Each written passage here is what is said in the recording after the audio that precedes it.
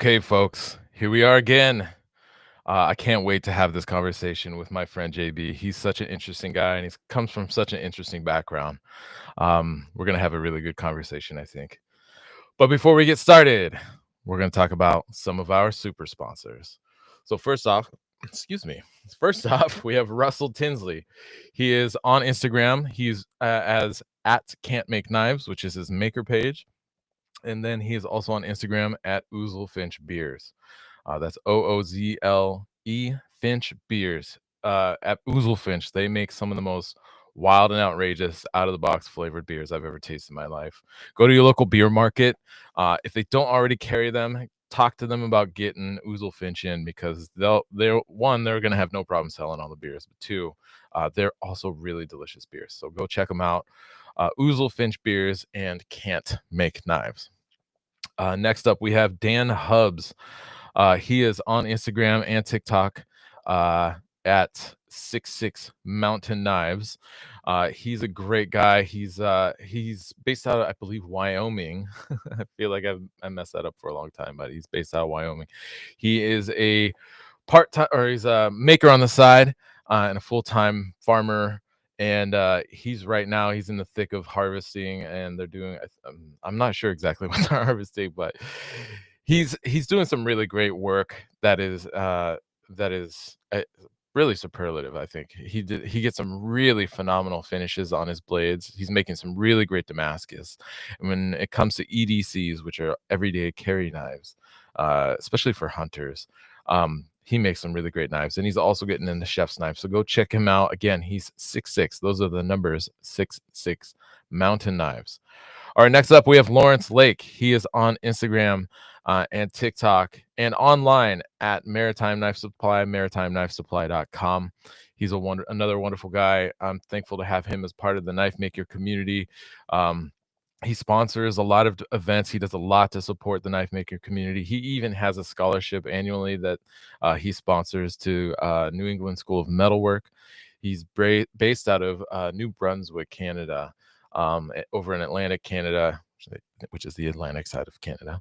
And he's got all over at Maritime Knife Supply. He's got everything you need for making knives, from consumables like belts to hardware, to handle materials, to anvils, to grinders, to whatever you think you need.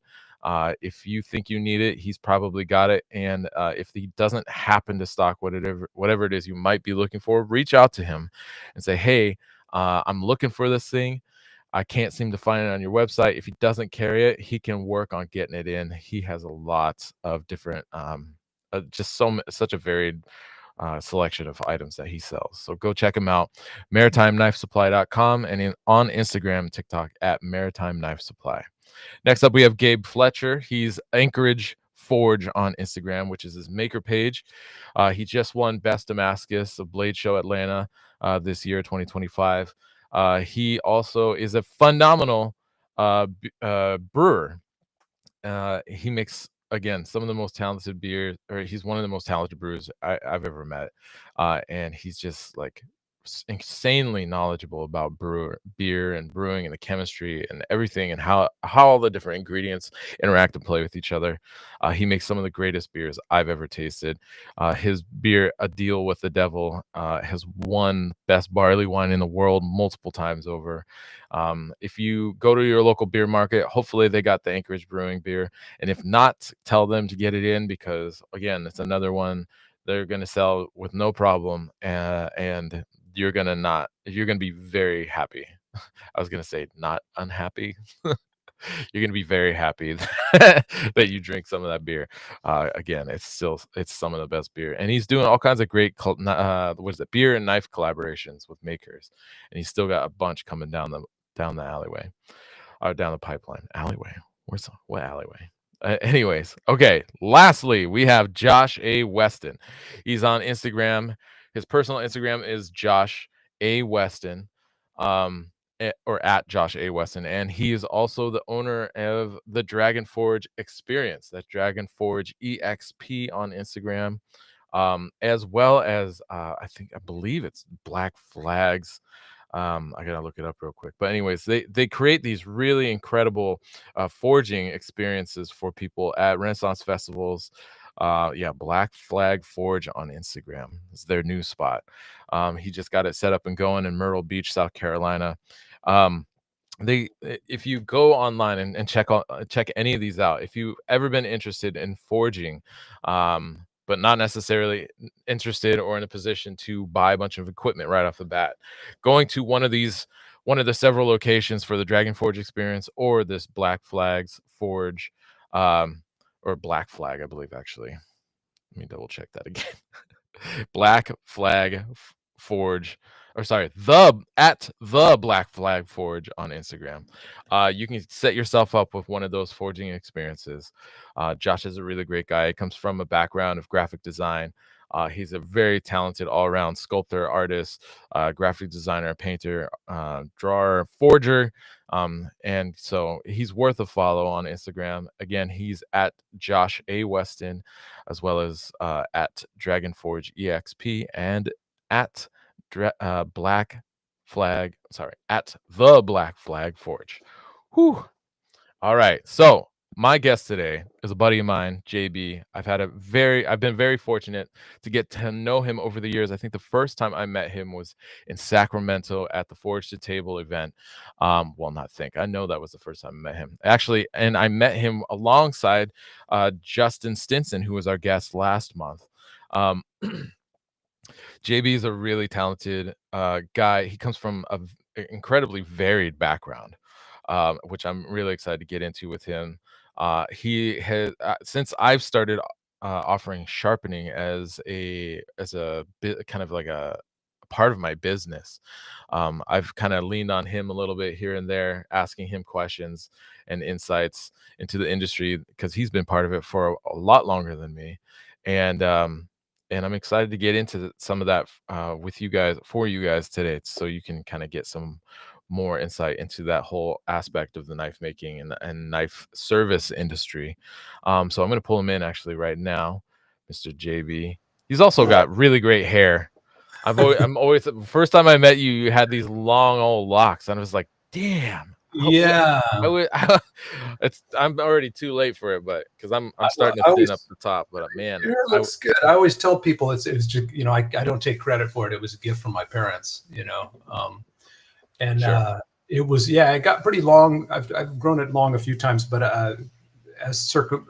coincidentally, my daughter and I were having a conversation this morning, Yeah. and she's like, "No, Dad, you can't have long hair anymore. It makes you look older. You look better. You look younger with shorter hair." Oh man, So, it's such good long hair though. yeah, Jealous of it. I thought so. But again, it's like my wife says about everything, I've got to look at you. So I get to, All right, shots fired. yeah, Um, I have to look at you. So she gets some input, and she's usually right. So, I got you. Well, yeah. you look great. Thanks, man. Yeah, no, I really appreciate you joining me for this conversation. I'm excited for people to get to know you better. And yeah, it was the Forge to Table event, right? That we met each other first time. It was, yeah. And in fact, that was the first thing you said to me. He was like, "Dude, I love your hair." And I was Yeah. like, "Thanks. I'm chasing after Neil." Oh, there you go. Yeah, chase that. Nobody will ever catch Neil. No, Um, I gave up. I gave up. I gave up. yeah. I remember. I think one of the things that really stand out to me at that event that I'll probably never forget is part of my role at that event Mhm. was talking about knife sharpening and knife Yeah. care, and you and there was another knife sharpening guy there, Right. and you both came up to me and told me that was one of the best knife sharpening presentations you'd seen, and I was kind of taken aback by it because I don't consider myself a professional sharpener. I'm very good at sharpening, but it's not my full-time business, and I think I don't know. I was just really kind of taken aback and Yeah. very humbled by your kind words Well, because it meant a lot to me. yeah, I definitely meant it. And I mean, what was that? 5 years ago? Yeah, Something like that. 25. It was a few years ago. I was thinking Yeah, about that the other day because I drive 4 or by 5 that years ago. Yeah. place in my mobile sharpening route once a month at least. I pass by that building. Okay. on my route. And I Oh, think wow. about it, I go, oh yeah, and I was thinking about it the other day, and I think it was 5 years ago. Yeah. Maybe it was just four, but yeah, no, so I can't remember the details, but I do remember going, wow, this is really good. This is very thorough. He's hitting a lot of good points. I think a lot of maybe, how do I put this?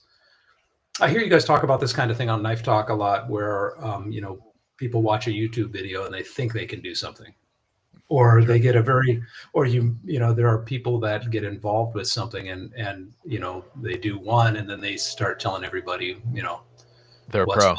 Yeah, start telling Frank Sinatra which song to sing. Right. Or getting high on their own supply, or however many clever quips you want to put to it. But Sure. yeah, and so, but you were very thoughtful. I remember feeling that, just like, oh yeah, he's hitting all the points. Yeah, that makes sense. And yeah, you came from a performance standpoint, and some sharpeners, I think, or some people that sharpen a knife don't really get every aspect of it, I guess. Yeah. Yeah, and it's all those things are very important. So yeah. Yeah. Yeah, I have a tendency to talk a lot, especially when I'm nervous. And so I'm glad I was able to hit all the points, because I'm sure, I mean, it was like, I think it was only meant to be about maybe half an hour or maybe 45 minutes, and it was like an hour and a half. And there were a lot of people standing around. That was also really nerve-wracking. There's Oh probably yeah. close to 100 people standing there, or at least it felt like there were close to 100 people standing there. Maybe there's only like 50, but Yeah. still, there's a lot of people standing around. Yeah, talking in front of people, yeah, it can be nerve wracking. I tend to yap a lot when I'm nervous as well. So I've got my cup of tea, Yeah. so I'm gonna Is it try to. chamomile? Is it gonna keep you calm? It's matcha. Oh, matcha's good. Yeah. Yeah. So hopefully I'll try to stay low key and give out good information and not get For too sure. blabby. No, I know. I look forward to it. Yeah. This is the place to get blabby. All right. Um, I I think the part of the reason I've started offering a knife sharpening service, one, it's actually it's been a great way for me to break up my day to day as a knife maker, Uh-huh. because I've been making chef's knives and forging chef's knives for 12, 13 years Uh-huh. almost. And it's easy. I've definitely been feeling the burnout over the last few years. So breaking up the workflow by kind of completely shifting gears and just sharpening knives and interacting with the community has been a really great way for me to kind of, yeah, just kind of try to beat that burnout and do something a Mhm. little bit different. Like I said, shifting those gears. I also thought it was real, and I'd be curious about your take on this, but Mhm. um my like, in my area, we have, like, 110,000 people, which isn't a lot of people, in a 3-city area. I'm in South Puget Sound, Washington, so that's Olympia, Tumwater, and Lacey, Washington, and the community is growing, but I don't think that there are a lot of quality sharpeners, and I think that's the hardest thing, is trying to find quality sharpeners, uh, not just around here, but anywhere in the country. I know that there are some, and then there are probably more than I'm aware of, but Sure. I sell knives around the country, and people are like, "Well, okay, when I need to get this sharpened, what do I do? Do I just go to someone near me, or do I send it back to you?" And unless I know somebody in the area, I'm like, "I'll take care of it. If Yeah. you don't mind taking the time to ship it back to me, I'll tune it up, I'll make it pretty again, and I'll send it back to you." But I think the thing that I offer, when I do offer the sharpening, is, or like kind of like the added bonus, I guess, for when I sharpen Mhm. for people, is that I come at the knife sharpening from the perspective of a knife maker. So I understand the steel from a metallurgical aspect. Mhm. Um Mhm. and from making knives and from sharpening hundreds of knives already, like high-end custom knives of all different styles, and sharpening knives for friends. But I think there are a lot of people out there that want to offer, or that do offer sharpening services, and they're just, or like a friend of a friend's like, "Oh yeah, I could sharpen that," and they just have like a bench grinder with like a silicon carbide wheel on there, which is Yeah. really rough. Usually those are like maybe 80 grit, man, probably coarser than that, Uh-huh. and and and it's easy for somebody who doesn't have a deeper understanding around the metallurgy of the steel to burn up the steel. So while you can get the knife sharp, if you ruin a heat treat, you can still get a thing sharp. You can Mhm. sharpen a butter knife, which is not Oh, yeah, hardenable steel. which I've But done. sure, but the I've had question people is, ask me to do that, but yeah, yeah. So, but the question after somebody ruins the heat treat on your knife is like, well, how long is it actually going to hold that edge? And if the heat treat, if the edge gets burned up because the person sharpening doesn't know exactly what they're doing or doesn't understand that steel from a deeper perspective, then it's easy for them to sharpen it, but it's also very easy for them to destroy that knife. And when that knife doesn't hold an edge very well, and some people I think just don't know better. I think some people do this on purpose, but they'll damage that heat treat, doesn't hold an edge, and guess what? You got to go back and get your knife sharpened again. yeah. So Yeah. it's like Well, almost ensuring that you have business in the future. more business. Yeah. Gosh, there's a lot there to talk about. But education, I think overall, how I would answer everything you said there is that education is kind of a part of what I do as a sharpener too. Trying to if I have the time. Sometimes I'm so busy. So I do farmers markets, and then I do drop off sharpening, and then I sharpen commercially for anybody with a commercial kitchen, Sure. restaurants, retirement homes. And we were talking about this when we were preparing for this interview, that when you start thinking about sharpening, you start realizing how many knives are out there. It's like Oh if yeah.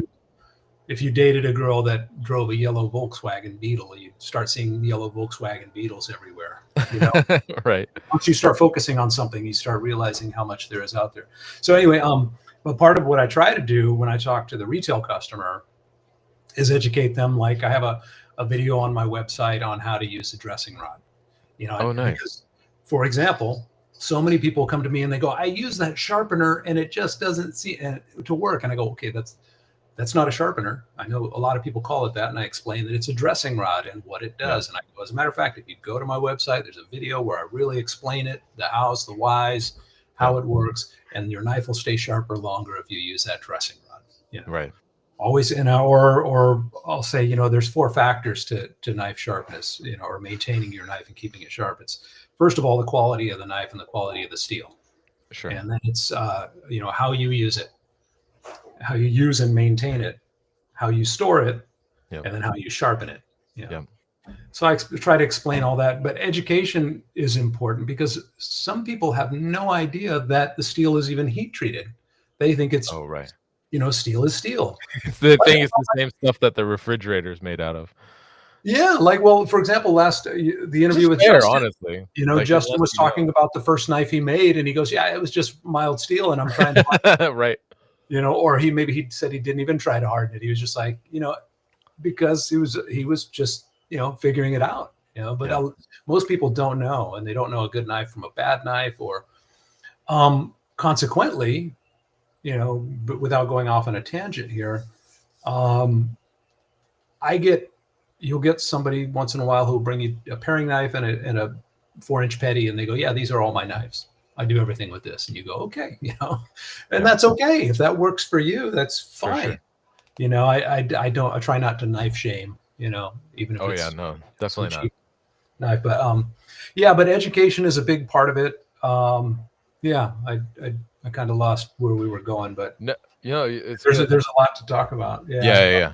Well, and I really like that you bring that up because I've actually incorporated because of my background and my understanding of the metallurgy of steel, Mhm. and maintenance and cutting surfaces and all that and storage and how that all plays a role.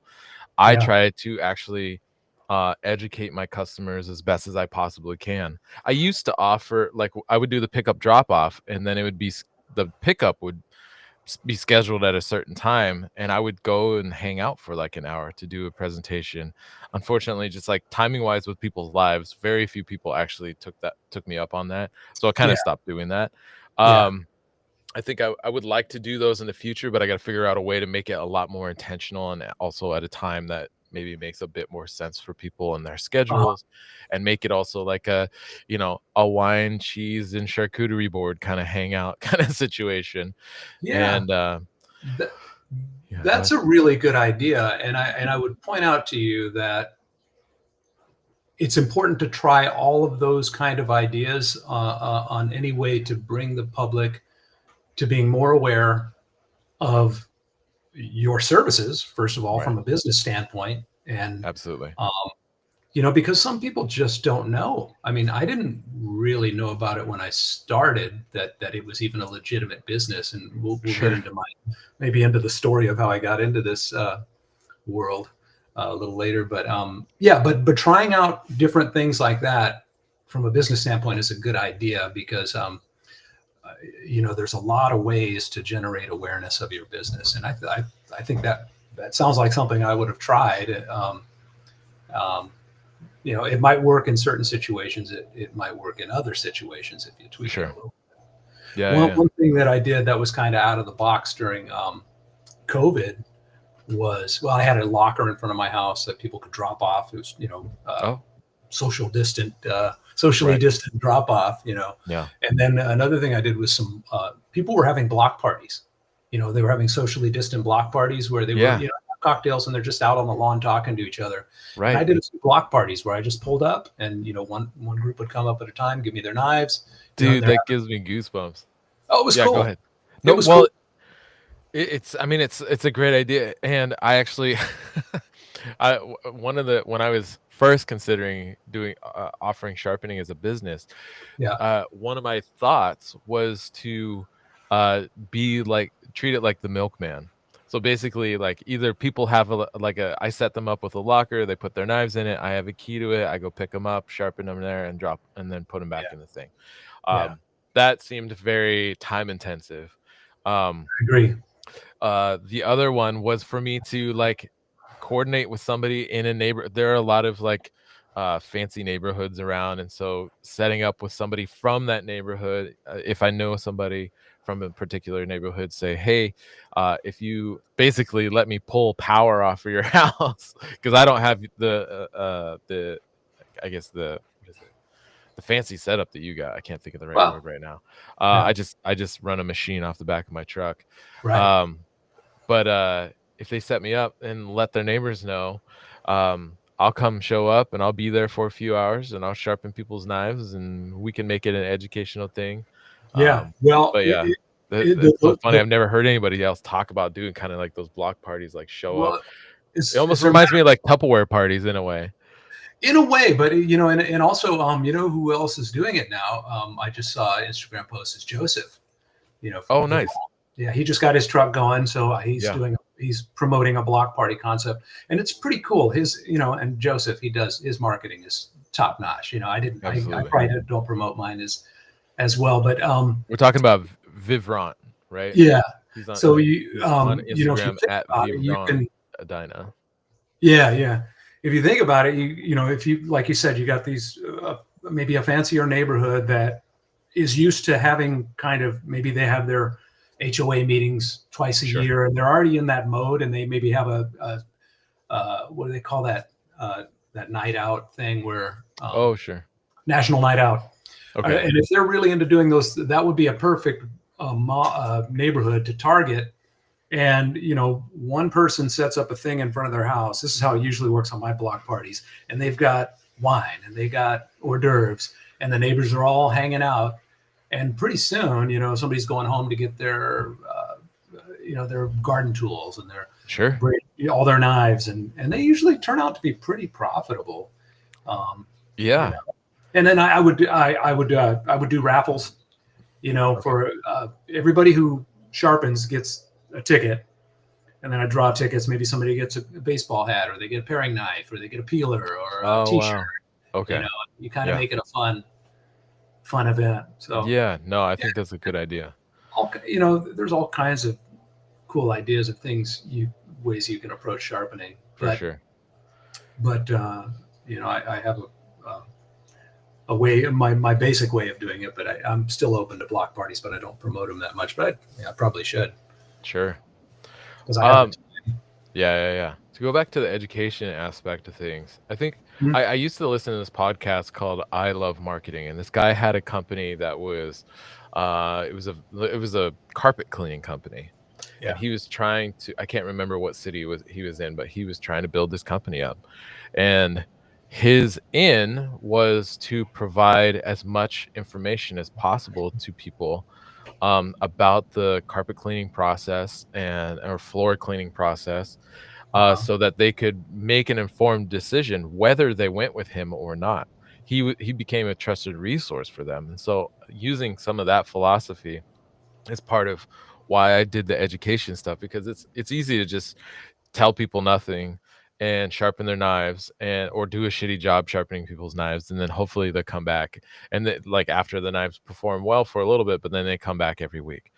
where Yeah. where I try to educate people so that they're coming to me like maybe once every 4, 6, 8 months, because I'm trying to provide the information. I have a little 5 point kind of like knife care maintenance Right. situation that I also share too for people, Yeah. um, so that they are getting the most or the best performance and use out of their knives, and then they're coming back to me because just everything that I've tried to help them understand about taking care of their knives, storing their knives, proper Yep. cutting surfaces and stuff like that.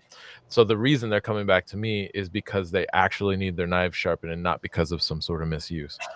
Right. And if you think about it, now you have become a resource to those people, not because you're Mareko Malmasi, the maker of $10,000 knives, right? That I are don't make $10,000 well, knives. I'm just saying, okay, Yeah, that's unobtainable to a huge swath of the population. yeah, They'd love to have it, but uh, you've become a resource for the knives that they use every day. yeah, They understand them better. They perform better, and maybe that person turns into somebody who might buy a knife from you someday. sure. You know, Yeah, because yeah, you're not an artist who's what's the word I'm looking for? Not unobtainable, but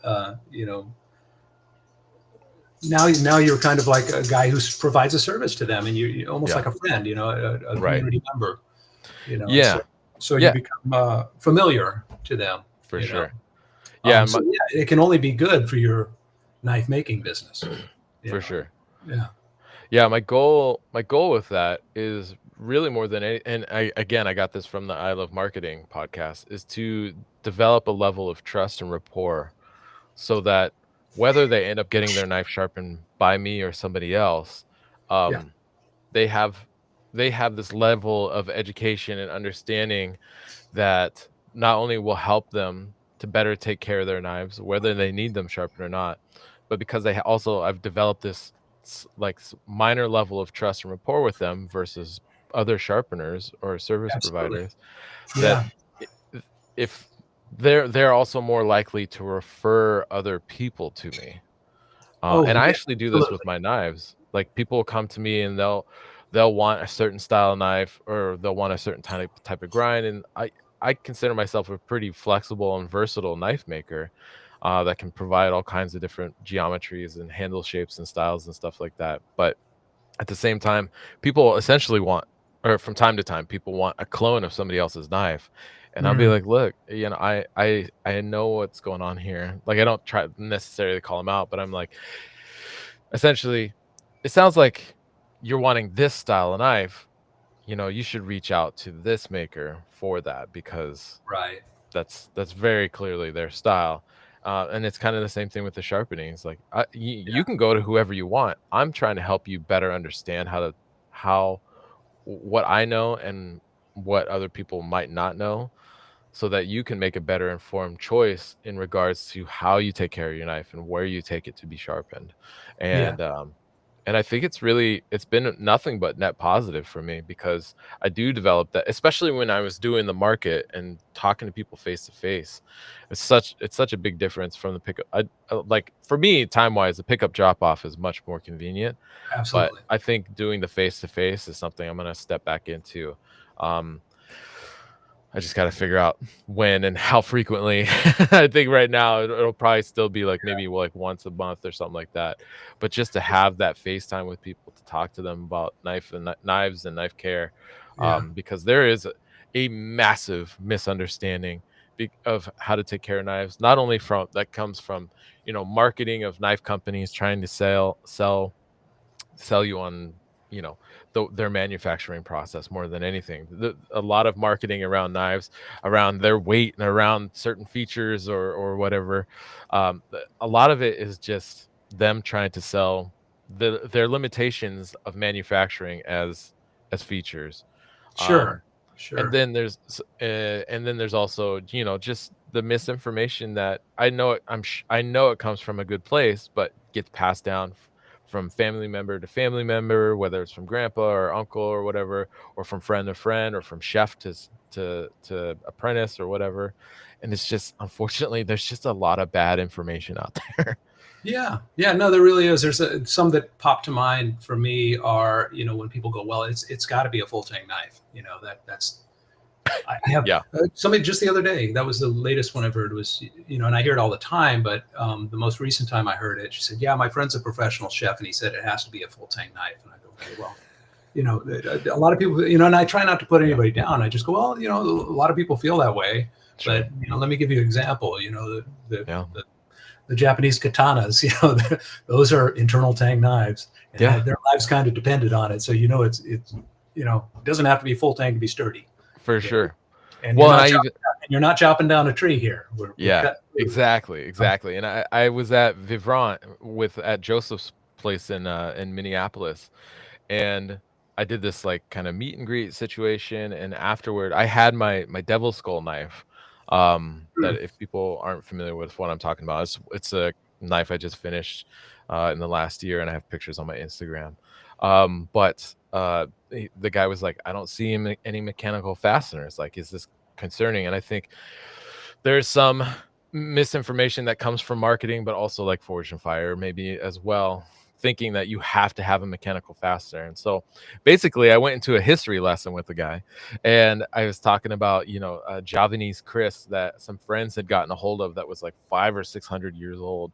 And their goal, after doing a bit of testing on it, was to essentially destroy it to see like what it took finally, like once they got to the last bit of their stuff that they were doing it, to see what it took to destroy the handle. Because a Javanese Chris has, they're very ornamental and like, what's the term, ceremonial style swords.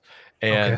And so the handles are very ornate. They're not necessarily made of the hardest wood, and they were taking this thing and they were beating the shit out of it. Yeah. and and they were trying to test kind of the durability and strength of the handle, because it was definitely a stick tang. It didn't have any mechanical fasteners, and ultimately they could not destroy it. Huh. And what they ended up having to do is put the handle on the anvil and smash the handle off, because they were curious what the tang looked like. And the tang was a tiny little stub, like 2-inch stub tang that was hidden in Wow. there, that was glued up with just like whatever natural like animal or or like plant Yeah. glue that they were able to put together. Some Um, ancient glue that yeah, and like it's from like, ancient wisdom. Yeah. and some people would say, oh, well, it's been glued up for a long time, that makes it stronger. And actually, for most situations, duration makes glues or adhesives uh Brittle. more brittle. Yeah, less strong, more That's brittle. what I Yeah. would think. Yeah. And so I gave him that little history lesson. He was like, oh wow, that's interesting, I didn't know that. And I was like, hidden tangs have been a part of knife making construction for thousands of years. Yeah. The riveted full tang thing is new. I Yeah. mean, kind of new. I guess the Celts, in the Bronze Age, a lot of people were doing like the riveted handle stuff, but that was more for ornamentation and comfort, Mm. not for structural integrity. And Yeah. now, because it's a limitation of manufacturing process, because of stamping out knives, which is fine. There's nothing Uh-huh. wrong with stock Yeah. remove stamped out knives, but they're selling a manufacturing process or limitation as a feature and saying that it's stronger than other style knives, when they historically, like, almost all knives and swords were hidden tangs for Yeah. thousands of years. Well, I guess, in a corporate situation, Yeah. obviously they've got to get the most money. They've got shareholders to answer to, all that. So Yeah, it's for sure. the most money, and they'll take anything and turn it into a selling point, Yeah. You're going to lose weight using this knife, Um, I don't know, because it's dull. Because it's so dull you can't cut anything, and then you're gonna eat less. Yeah. But to your point, being genuine, educating people and being genuine about it and honest and not trying to bamboozle anybody is the key. For sure. Or just being personable. I was thinking a minute ago about when I first started getting interested in making knives. I was doing blacksmithing for years, and my wife and I went on a trip to Portland, and we ended up at this. There was a massive farmers market downtown. Yeah. This is probably 15 years ago or so. No, not that long ago, maybe 12, 13 years ago. And I'm getting distracted by the voicemail coming in. You're good. So, so there was a maker there. Okay. And so I was checking out his knives, and this guy had to be the most unpersonable person I'd come across in a long time. He was like, It was like he didn't want to talk to anybody. He was standing there, at the back, and he had I got you. and they looked good. They looked good, and I was like going, "Wow, this is really nice." I do some blacksmithing. I'm interested in knife making, and he just, basically just stood there and looked at me like, "Oh." And I go, "Yeah, cool story, bro. Could you tell me something about this knife? What do you want to know?" And I go, "Well, obviously it's a 10-inch chef. What kind of wood is that?" And it's like cocobolo. It was just, wow. Buddy, give me something here. I'm just interested. I'm not trying to steal your trade secrets. Sure. So I walked away pretty quick, but a little bit of friendliness goes a long way in whether you're selling knives or sharpening knives. For sure. And again, I think the best way to do it is by developing a level of trust with people, by trying to educate them. Because I think the reason I've taken that tack is because I don't like selling. I'm not a salesperson. Right. It's always felt and has had like a negative connotation to it, and feels kind of schmarmy to sell. Yeah. But at the same time, like, sales are 100% necessary. It's definitely a me thing. It's just I struggle with it, and so I've always tried to find different ways to approach selling. And so it's really through it's been through educating people about the knife making process, about when it comes to knives, the knife making process, what it takes to make the steel, what it takes to like how the handle material starts, what it takes to sculpt the materials, to make the Damascus, to sharpen it, like from start to finish. And there's a lot of little steps. I tried writing them all down one time, and like there were too many. I got distracted. I don't think I've ever actually finished making a list of all the tiny little steps that I do to make one of my knives.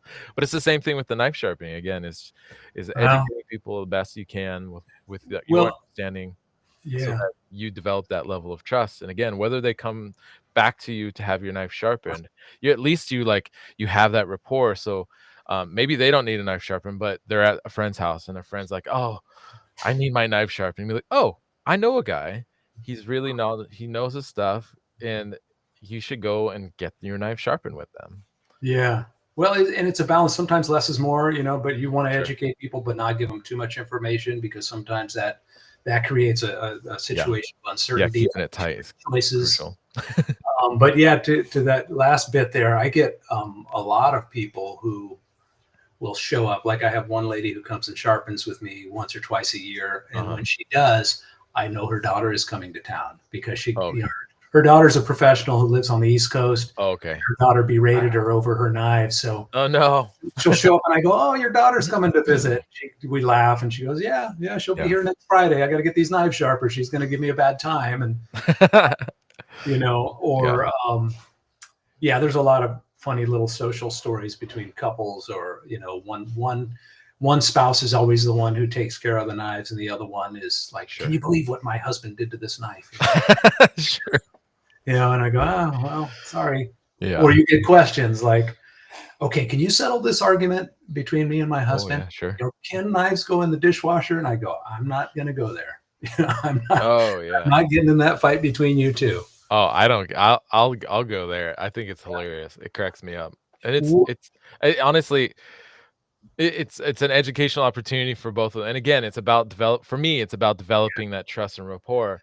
And Yeah. while one or the other is wrong, the person that's technically right is also wrong because of their misunderstanding as to why. True. No, So and you're exactly right. That's usually how it ends up. I'll usually say that, and then you start to kind of have like a playful banter with them and just go, "Oh, for but," sure.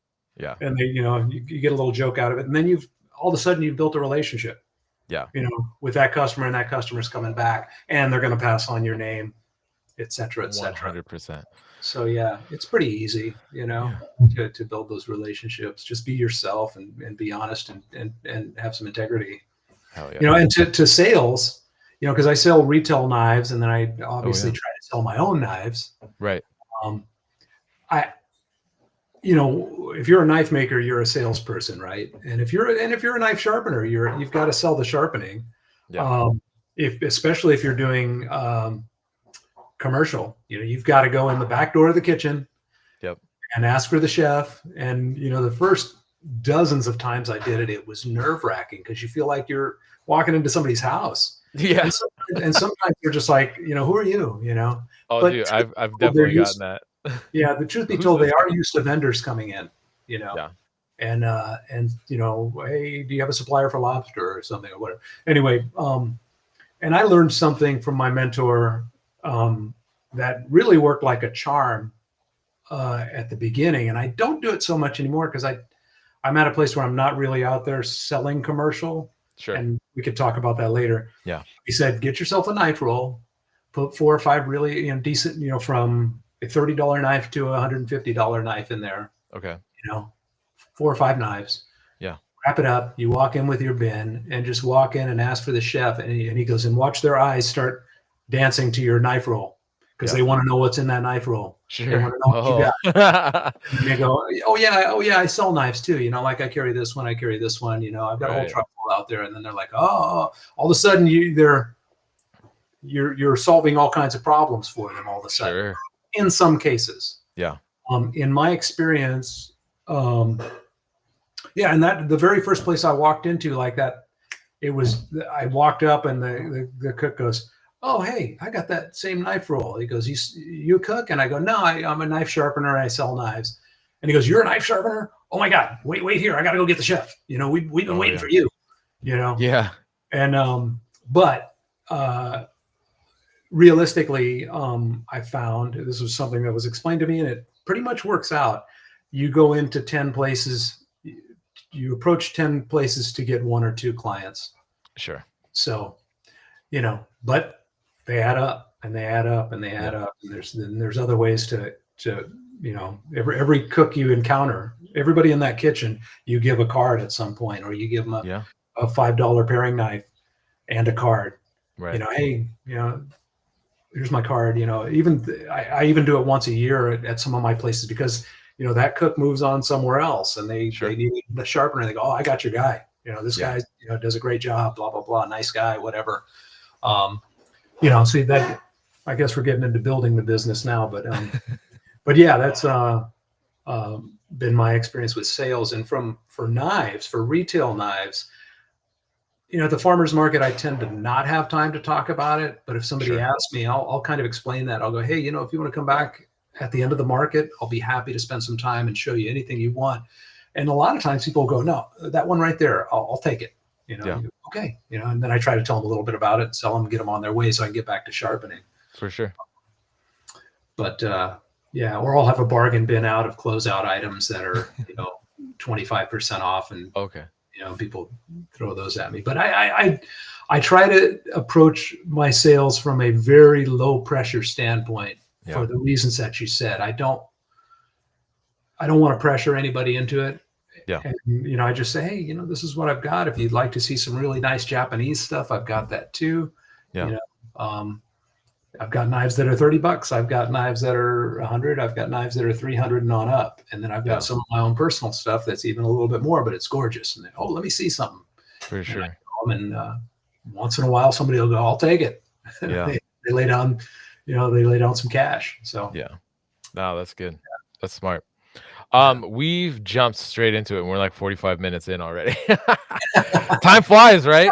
I'm It actually does. it feels like we only been talking for 5 minutes. I know. I want to back it up. Yeah. I wanna kinda get your background a bit, kinda like, where you're from, Yeah. what early life was like, Okay. and kinda like yeah, like, what your upbringing was kinda like and early like, you've already mentioned that you before you got into knife making, you were already doing some blacksmithing. I've Yeah. seen your pergola or pagoda or whatever you wanna call it out back. Like, Yeah. you're a talented builder. Where does this all come from, and how does it lead to you Okay. knife sharpening and making knives? That's pretty easy, but a little bit of a long story. So I Let's do live it. in Fairfield, California, which is Northern California. It's almost exactly midway between San Francisco and Sacramento on I-80. Um, my mother was born in New Jersey, but moved out here. Her dad came out here at right after World War II to work in the defense industry out here in Okay. Mare Island and Travis Air Force Base, which are both right here. Mare Island's not there anymore. You know, it was like a huge Navy base Okay. since the 1800s. Oh, Uh, whoa. oh yeah, it's a really amazing historical. They have some incredible buildings there. They've got this massive hospital that looks like the White House, and it was built under executive order of Abraham Lincoln. Okay. They had the first golf course west of the Mississippi. Oh, Um, wow. all kinds of interesting stuff. And so she came out here. My dad was born in the Central Valley in a town called Del Rey, which is south of Fresno.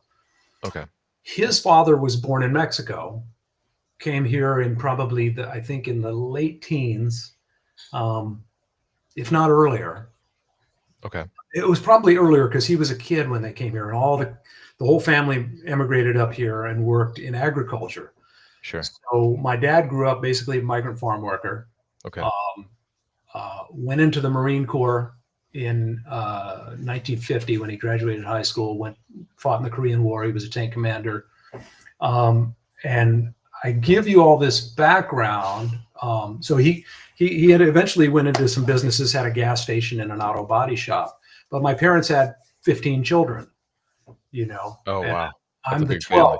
Yeah, I'm the 12th out of the 15, and that's how I got my touch mark. Right. It's a 12, but it's also an R because my last name is Ramirez. And Yep. it's Labrado Forge because Labrado was my dad's middle name. And he passed away right before actually started a business. And my wife said, you know, why don't you name it after your dad? Why don't you name it Labrado Forge? It sounds nice. It Yeah. does. Well, come to find out, as I was actually doing the build out on my van, I was out there. It was a hot day, and I'm working, and you think of things, and I go, I wonder if Labrado means anything. And so I looked it up, and it actually has two meanings in Spanish. It's actually a field that has been tilled and prepared for planting, Okay. or it's something that you've worked with your hands. Oh, interesting. I was like, oh, it's perfect. Wow, dude, that's crazy. Yeah, isn't it? Yeah. Isn't that odd? And it's not a super common name, and I've had some people come up to me at least twice and contact me and go, where'd you get this name? Like, that's my last name. And I go, Okay. you know what? One of the guys, if I meet people like that, I tell them we're probably related. And I've met 3 people, and it turns out we're related because this one guy reached out to me on the That's web. a trip.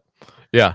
This one guy reached out to me on the web, and he was a retired fireman from San Francisco. And he goes, yeah, Okay. you know, how'd you get this name? You know, and I go, well, it was my, my dad's middle name, my great grandma's name. And he goes, yeah, you know, that's obviously my family name. And his name was Rudy Labrado, which my dad's name was Rudy Labrado Ramirez. You know. Oh my God. Yeah. And goosebumps, man. and he goes, yeah. He goes, so we start talking, and he goes, well, you know, where'd your family come from? And I go, well, my grandma, which is this side, my understanding is she came from South Texas, El Paso, close to the border. They were originally from Chihuahua. And he goes, yeah, that's kind of where my people are from. But all my people were in this town called Westminster, which is real north of here, like on Lake Almanor by past Chico. Way up. And I go, yeah, my grandfather, my grandmother, she was orphaned when she was little.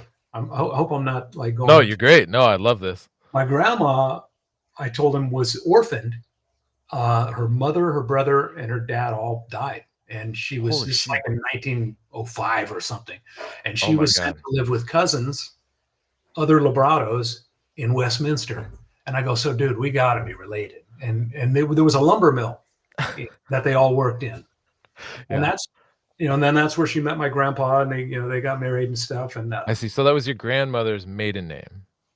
yes, Okay. yeah, All my right. dad's mom's maiden name. And Yeah. so that became his middle name. It became his middle name, and then and yeah, and so then I chose that, which I'm glad my wife brought it up. She's pretty thoughtful in Yeah. that way. She's yeah, she's pretty incredible. But so she thought of it, and I went with it, and it's been pretty cool. It's a good name, and it's I'm proud of it, and my parents would be proud of me. They'd be really proud to know that today I'm on Artisans of Steel. Hell yeah. I made it, mom and dad.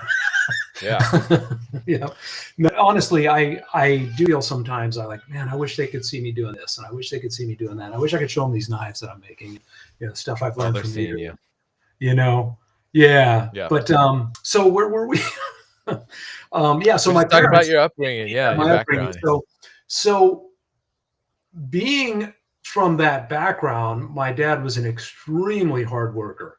Sure. He worked like 2 jobs. He had businesses, but he would have like 2 businesses going and a side job, just trying to put food on the table, just trying to, Yeah. raise the family. And he did it. He did really well in the end. He wasn't. Yeah.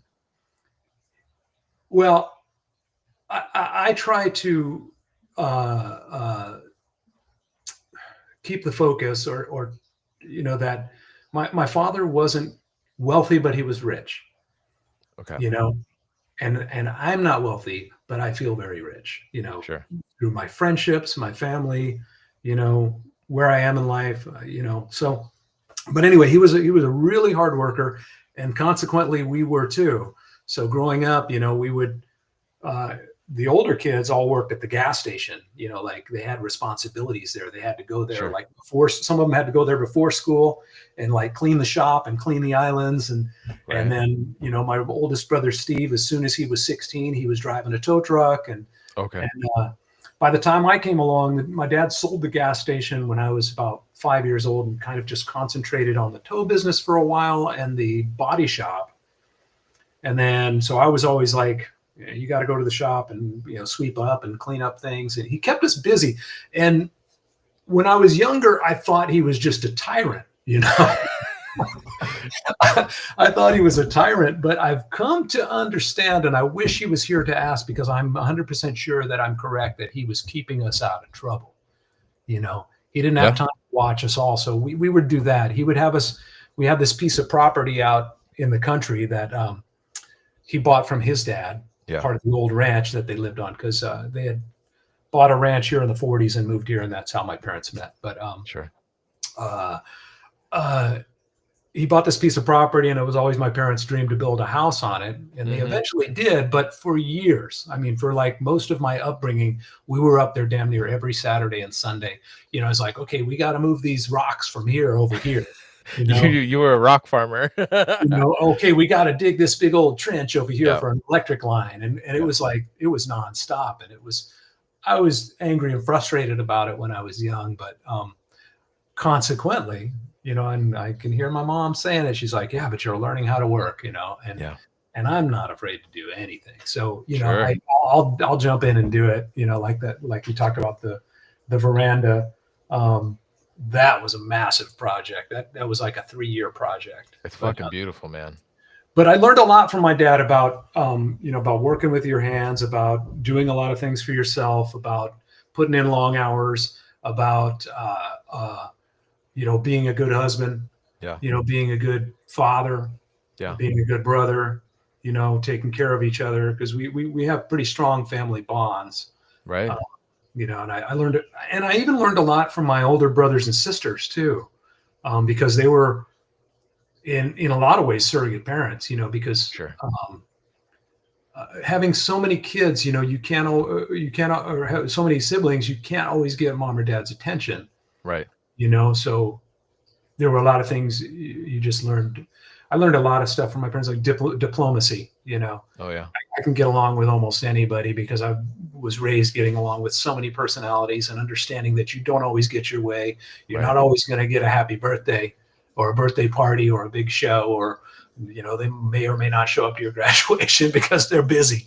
Sure. They're out there hustling. And like I say, my older brothers and sisters, I learned a lot from my older brother Steve and my brothers Jeff and Rudy. Most of my brothers are kind of entrepreneurial and own their own businesses because just following my dad's lead. Yeah. So I in turn either worked for some of them at one time, or just learn from their examples and watching them conduct themselves in business. Yeah. Um, yeah, like I think it's pretty crucial, and I think something that isn't necessarily. I don't know if it's discouraged, but it's not. I don't also feel like it's necessarily widely encouraged to keep kids busy and put them to work, and it's in those, you know, probably all the way through their adolescence, honestly, teaching them, unconsciously teaching them, and like you said, like you felt like your grand or your father was just like running you guys ragged, but yeah, the level of uh I guess hard work and determination and integrity that he built into you guys through those experiences. And obviously it could go one of two ways. You either or a few ways, but you either take it on and that becomes a part of the character and the personality that you are, the person you are in the world and the way you interact with the world, yeah, or you go the opposite direction. But with so much community and family around supporting you guys, supporting each other in your various endeavors, and not having probably to have to go it alone when they are starting, like your siblings are starting new businesses and stuff like that. yeah, Having that community around really also helps. And I think that's really important and really valuable because basically you were on the receiving end of that, and uh-huh. at the time, it being really tough, I you're hated it. seeing yeah, I'm sure you did. You see the value that Yeah, that it's instilled in you without consciously being like, "This is a life lesson," even though, it sounds like your mom, like, every once in a while was telling you, "You're learning how to work." It's hard when you're a kid in it to see the value. absolutely, Yeah. absolutely, yeah, and yeah, it was tough, but yeah, there's a lot of things I want to say about that. I don't know. But Sure. no, and you're going to take something from it. I mean, whether you just despise working hard, Yeah. but you know how to kind of work hard in another way, Sure. not physically, but maybe you go, okay, well, I'm going to go to school and I'm going to buckle down and I'm going to become a lawyer or something, and Right. or whatever. It's funny. I was thinking while you were talking that I have sold. We are supportive of each other, and I've sold an awful lot of knives to family members. Oh, yeah, sure. Especially my LTO knife. That one is one that Oh, dude, because I bet your family was there's a whole story behind that knife, I bet. and it just kind of came together that way. But then, like all my brothers and sisters, I gotta have one. I gotta have one. I gotta Yeah, have one. I was like, oh, I didn't even intend it that way, but it's obvious that this would tug at their heartstrings. for You sure.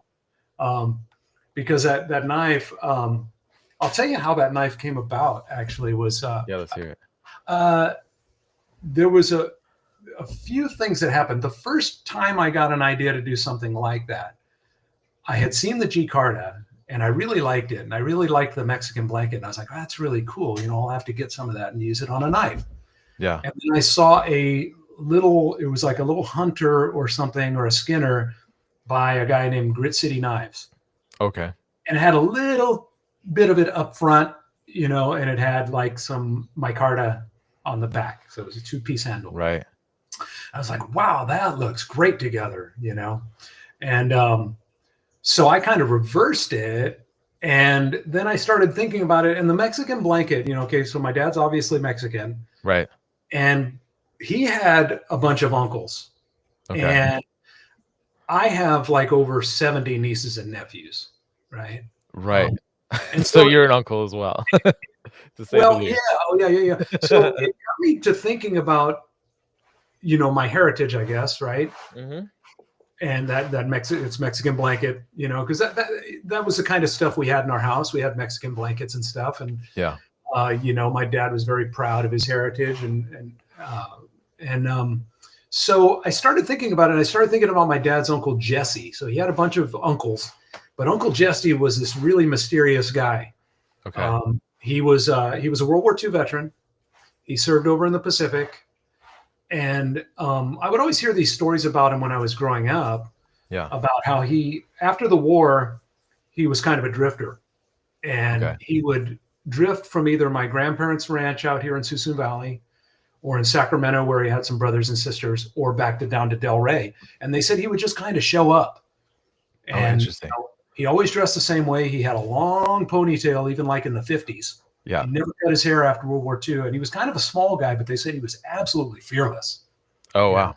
and always wore like a denim jacket and denim pants, and like a hat. And he would show up and he'd stay for a few days and he'd sleep out in the barn. He had a little shower out there and stuff. And then, he'd stay for weeks and then he'd disappear, and, he'd be in Sacramento, and he just kind of, I think he was dealing with some stuff from the war. Sure. And he'd get into like incidents in town, and there were all these funny stories about him. And so, one of the stories that one of my uncles told me, and this I only heard later in life, they didn't share, that he had a bag of his war trinkets that was always Okay. like in his pocket, and there was like Sure. some medals, and then there was like some gold teeth that he took off some people, Okay.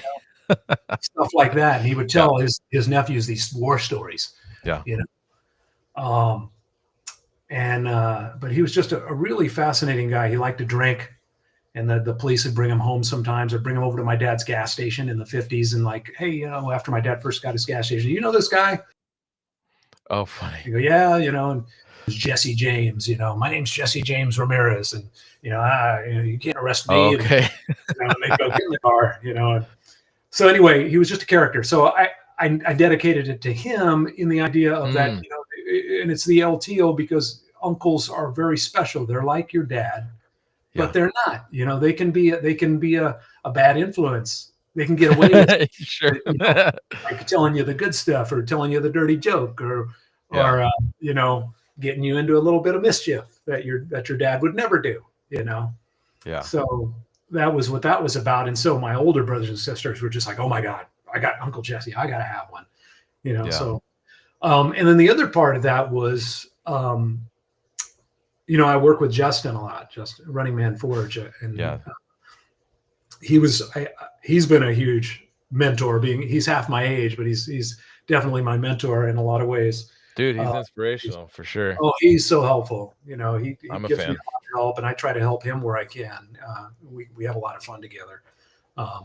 Went to Blade Show together and fanboyed over every, oh my God, there's Kyle Royer. Oh my God, there's Oh, Steve dude, Schwartz. that was so good to see you guys a couple of years ago. Yeah. Oh man, and we'll get back to Blade Show and stuff in the community. But so I was talking to him about it, and I go, hey, I was thinking, maybe it would help me get better faster if I did like 6 to 10 knives at a time of the same one. And he's like, man, that's a great idea. You should do it. So I started knocking out those LTOs, and I learned a lot from that, and I still make them from time to time. I still get people calling me or emailing me going, hey, how do I get an LTO? And some of them are just tire kickers, but Sure. but I sell every one I make. And Dude, I just had it up on the screen for people who are listening. I'm pulling it up on the screen right now. yeah, I really like the aesthetic. Like, I like the lines of the handle. I like the shape of the handle is really nice. I like the way it flows out into the blade. It's super cool. I really like it a lot. thank you. I was going for a very typical shape that you see a lot. The handle's a little bit maybe different than some, and I in like it. actuality, I was starting to feel like it was too long after the first several of them I made. Okay. And then I started trying to kind of draw it out and redesign it, and I was like, no, it's fine. I'm going to leave it like, why mess with it? Sure. It's fine. Sounds Yeah. good. So sometimes I started putting the red line of G10 in between the two. Oh yeah, sure. sometimes, like you showed a little video where I put some brass in there, Yeah. and the brass, I'm a little too impatient sometimes to Oh work with gosh. brass in there because It gets so hot when you're grinding it. I've turned a couple of those scales into donuts. And I'm Yeah. just like, you know. Yeah. No, So, what I really like about it is the handle shape looks really like ergonomic and comfortable, but it does two, look good. the relationship, which I think a lot of people struggle with, unfortunately, knife makers, is the relationship of that handle and how it flows, not only flows into the blade, but also the relationship of the line of that handle and how it flows into the blade along the spine and Mm. the edge profile. And to me, this looks really great. Oh, thank you. Yeah, I really Means like a it a lot. lot. Yeah, I've been pretty pleased with it, and I do use that shape for some other, like, sometimes if somebody wants that same shape, but they want a wooden Yeah, handle. All right, we'll do a custom and throw a wooden handle on there, sure. you know. But that is not an LTO if it has. Right, right, right. It's just an 8-inch, 8.5-inch, chef, and we've done some. Justin's helped me do some honyaki. Oh, yeah, Uh, sure. and we Which is like a struggled with some hamon. Yeah, cracking. Yeah, with a hamon. Yeah, yeah, we struggle with some cracking on some of those. He, for he sure. he tends to handle all my heat treats just because that's his thing. He's For so good sure. at No, it. he's got it down. He's got it dialed But, in. yeah, Well, okay. so that's kind of where I came along, and then Yeah, so yeah. I was always working on I knew how to work. He had us out there doing concrete. I was probably 7 or 8 years old helping my older brothers do concrete pads and stuff and Oh, yeah. whatever building. I remember one summer we built this massive corral with telephone poles out at the ranch for cows and stuff. We had cows out there for a while. Yeah. Um, but and then after high school, I was in the Army for a little bit in the Army Okay. Reserves, and I did a lot of different things at that time. Like I worked retail, I worked at Sears for a little bit. Sure. I worked I was actually several summers working in agriculture, picking fruit and stuff like that, picking vegetables, driving Right. tractors. Um, I worked in a bunch of things through my late high school into adolescence, started getting involved in music. I was in bands, a couple little bands in high school. I'm still real good friends with those guys. In fact, going Nice. camping with a couple of them in a few weeks here. I go to we do a camp out every year. Oh, Bunch nice. of guys from high school. It's usually 20 or 30 guys, and this is our 20th year, and Holy it's always been smokes, I love really. that. Oh, it's awesome. We have a good time. We drink beer. So there's a good sober contingent, and we eat a ton of food and just like I say, tell lies. We drink beer, eat food, and tell lies. You know. That's great But that you've been able to keep that going for 20 years, man. well, it wasn't me. It was a couple of the guys that I knew in high school that really keep it going, and we have such a good time. I look forward to it every year. But yeah, got into music. Actually, went over and lived in Switzerland for a brief time in the late '80s. I worked in a champagne cellar in Napa. Mm, And I came back and I was doing music full time for a little bit in addition to some other jobs. And then I ended sure. up kind of going back to work for my dad at the auto body shop and became an auto painter. Okay. Uh, and my brothers, my two of my older brothers were the painters, and one brother kind of graduated into the office and became kind of the shop manager. Before too long, we were kind of running the shop, and my dad was not there on a day-to-day basis, and we were running it, and I was the head painter, and I painted for probably 12 years. And around 1999, I started getting interested in blacksmithing, 1999, 2000. And I don't even remember how I got interested in it. I just Sure. became interested in it and Yeah. started goofing around with that, started taking classes at like the Crucible. Oh, yeah. I think I They're took a in the class Oakland, right? in like '02, and Oh, that was nice. interesting. And then my wife, Crucible's cool. I think the real impetus, this ties back to the big veranda. Yeah. There's My wife found this chandelier at like a Like an salvage estate yard, sale? like a salvage yard. Oh, okay, okay. It was like a guy who did hauling, but he had a little place where he sold stuff that was pretty good, and Sure. it was missing some parts. And she goes, "Do you think you could, fix this?" And I go, "Yeah, probably." So I had an old funky little anvil, and I had just bought a little forge, and so I made the parts to fix it. And she goes, "Okay, now I want a veranda. I want a patio cover here that'll kind of match this." And that's how that all took off. I went crazy, and Yeah. I wish I had there's probably some pictures. There's not any pictures on Instagram. There might be somewhere I'm out there kind of talking or something. But so got into blacksmithing, and this is concurrent with me going back to school. Yeah. I didn't know what I wanted to do. I just knew I wanted to get an education, and my brothers and my dad supported me. They're like, "Great, go do it." And they kept my medical going for me. And I was working part-time Nice. shop to cover my medical, and my wife was running her business. She had a smog check station. Yeah. But I hope I'm not giving too many details. No, you're good. I went. I was taking those classes. Then I took a class with a guy named, what was his name? I took a 2-day class with another guy in Oakland, and he was actually on the very first episode of Forged in Fire. Because I saw him. I remember when Forged in Fire came out. Yeah. I'll think of his name in a minute. Anyway, if you find it, he's this is kind of a big guy, and he got kind of overheated. I remember that, and he had to sit down because he was getting dehydrated. Anyway, I took a 2-day class with him. That was really cool. Enjoyed that. And then I started taking classes with the California Blacksmith Association. Sure. Which, if anybody's listening is really interested, in, that's a really good way to get started. I tell people that all the time. Take some classes with them, because they're like $25 a day on a Saturday, and they're all over the state, and they have a set curriculum.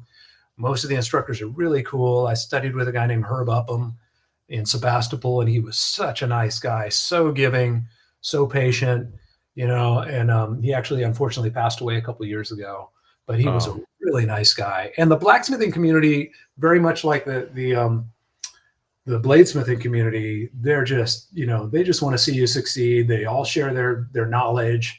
There's no secrets. Everybody's so nice, and positive and helpful. And then through CBA, I got a grant to spend a week with a guy named Tim Cisneros. Okay. And Tim Cisneros has been a huge influence on me. He's really a world-class blacksmith. And if you get a chance, check out his work. Okay. Super cool guy, really thoughtful, really philosophical, really interesting history. And we've become really good friends. In fact, he's building a house in Arizona right now, a log house. He's gotten all into timber framing. And wow. He's built these massive chisels, or forged all his own chisels and slickers and all the things to make or slicks, they're called, to make the joinery for the wood. It's all dowel pins and the Japanese style. No, it's more like these colonial barn timber frame. Okay. Yeah, like mortise and tenon. Kind of, mortise and tenon. Yeah. So I've gone out to Arizona and helped him work on that a little bit.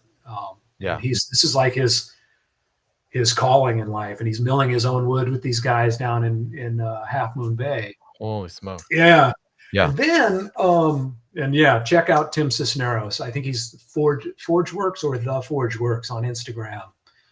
Super awesome guy and amazing blacksmith, and pretty decent knifesmith too.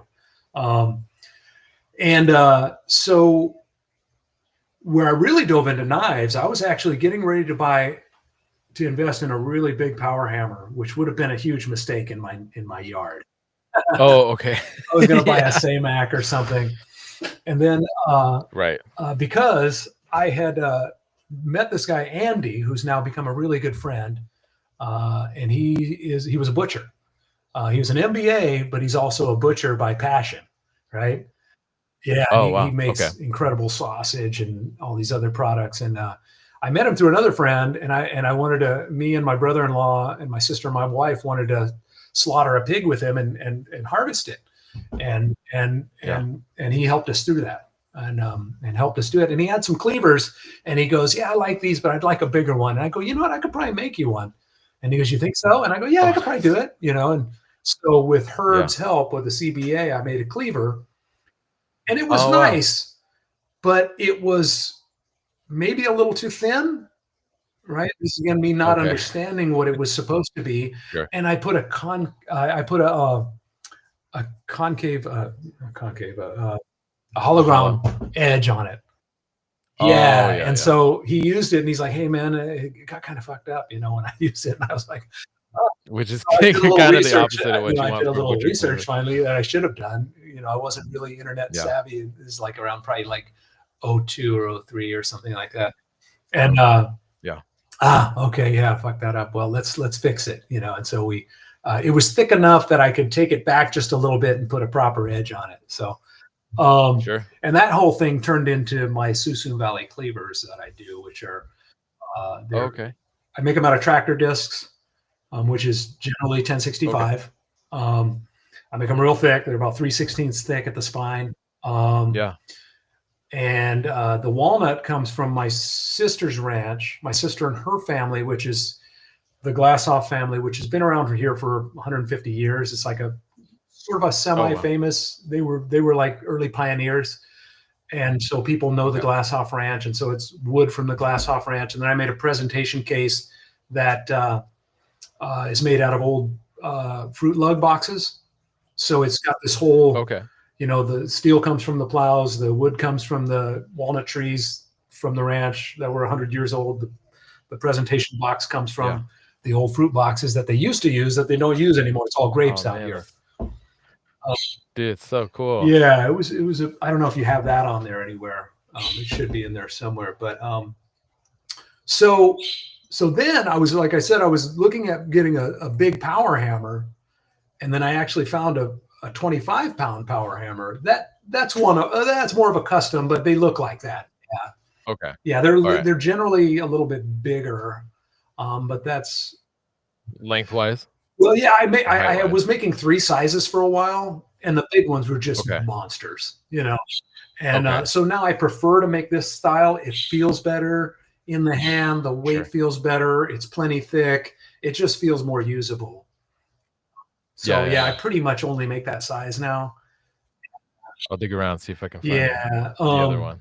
And so then I just I decided to, I forget how I decided to kind of focus on knives or got more interested in making knives after that cleaver. I think part of the reason was I was moving towards wanting to do like gates and tables. And then I was like, hey, like I can do that for a little while. And how many customers are going to come and pay me, $10,000 to do a gate and a fence in their front yard, as opposed to somebody can pay me $300 or $400 for a knife. That seems a little more approachable, and I can, do them more often and do it for a longer period of time. So, and the market for that price point of anything, honestly, is much larger than the market of people, the number of people who are interested in or in the position or have the desire to spend $10,000-$20,000 on an ornamental gate. And you know what? I'm gonna try to go through this story and tie it back to sharpening and how I got to sharpening again. So, but there's still a little bit more of the story to tell. So then I'll try to be brief. So then I started really getting interested in knife making, and so I learned a long time ago, if you want to learn how to do something, you take classes. It goes back to my sister, who took me on a ski trip when I was pretty young and put me right into a lesson. And I learned a lot, and I was able to have a great time on the slopes. And I was like, aha, you want to learn how to do something. You just shove you down the hill. You go learn from somebody who knows what the hell they're talking about. So I would always seek out classes. So I took a knife making class from Arnon Kartmasov from Bridgetown Forge. Really cool guy. Over in Portland. Really cool guy. Very interesting. I worked with him and Nitsan Lilly, who's another blacksmith who makes hammers, makes incredible hammers.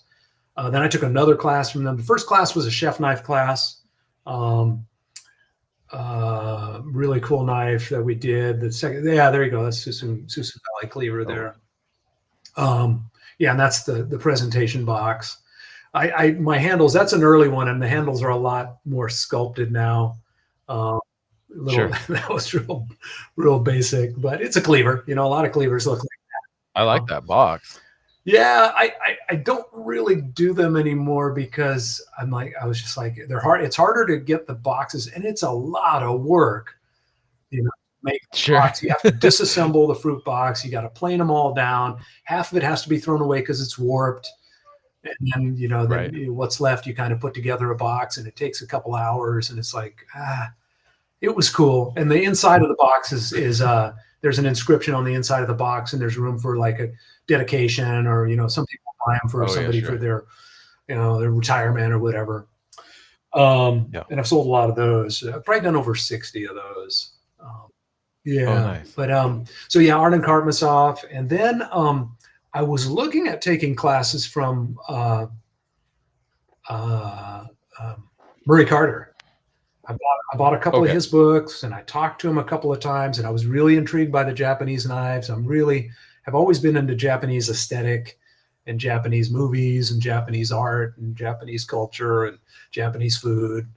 And we'll probably talk about that later. But so I really liked what he was doing, but his classes are pricey, and it was like 4 or 5 days, and I was just starting. I was working as a teacher.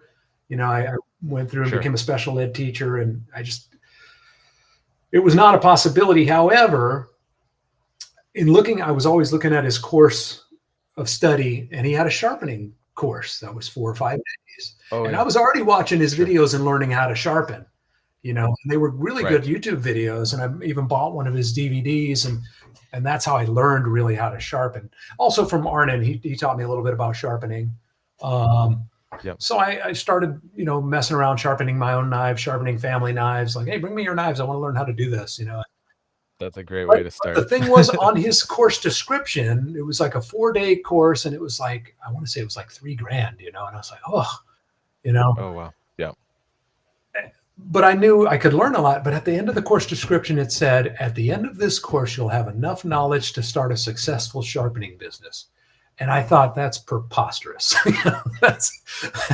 Who's going to pay you? How many knives would you have to sharpen? That's totally ridiculous. You're going to lug around your whetstones and,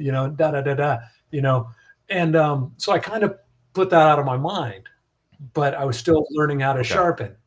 So one day I was visiting my friend Tim Cisneros. Okay. His forge is in Half Moon Bay. It just so happens that one of his neighbors in Half Moon Bay is Mike Salegi. Now, Mike Salegi owns a company called Perfect Edge Cutlery and Perfect Edge Sharpening. He and his daughter, Tara Ransfer. If you've been to Blade Show, you might have seen her. I got a lot of quality time with her this year. She's been into the industry a long time, and she knows an awful lot. And she and her dad have been, it's like second to family, to me. They've treated me like family. So anyway, I was at Tim's shop just hanging out. I'd like, go up there and check in, and, he's my buddy, and we're doing probably a little forging on something, or we're helping him out with something, or just hanging out. And in comes Mike Salegi, and I didn't know him. And he came over to talk to Tim about something or other, some project. Okay. They kind of knew each other. And Mike says, Tim goes, hey, I finished this knife. Do you got your rig with you? And he goes, yeah, you want me to sharpen it? Come on out. We go out of the shop, and there's this Sprinter van with this equipment on it. And I'm watching, and he like zip and hands it back to Tim. And I'm like, whoa, it's like a lightning bolt. I go, this is how you make money sharpening knives. At the time, I was a school principal. And while I liked being a special education teacher, I hated being a principal.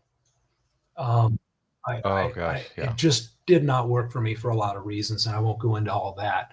So I asked, at that time, I was transitioning back into the classroom. I wanted to go back to the classroom.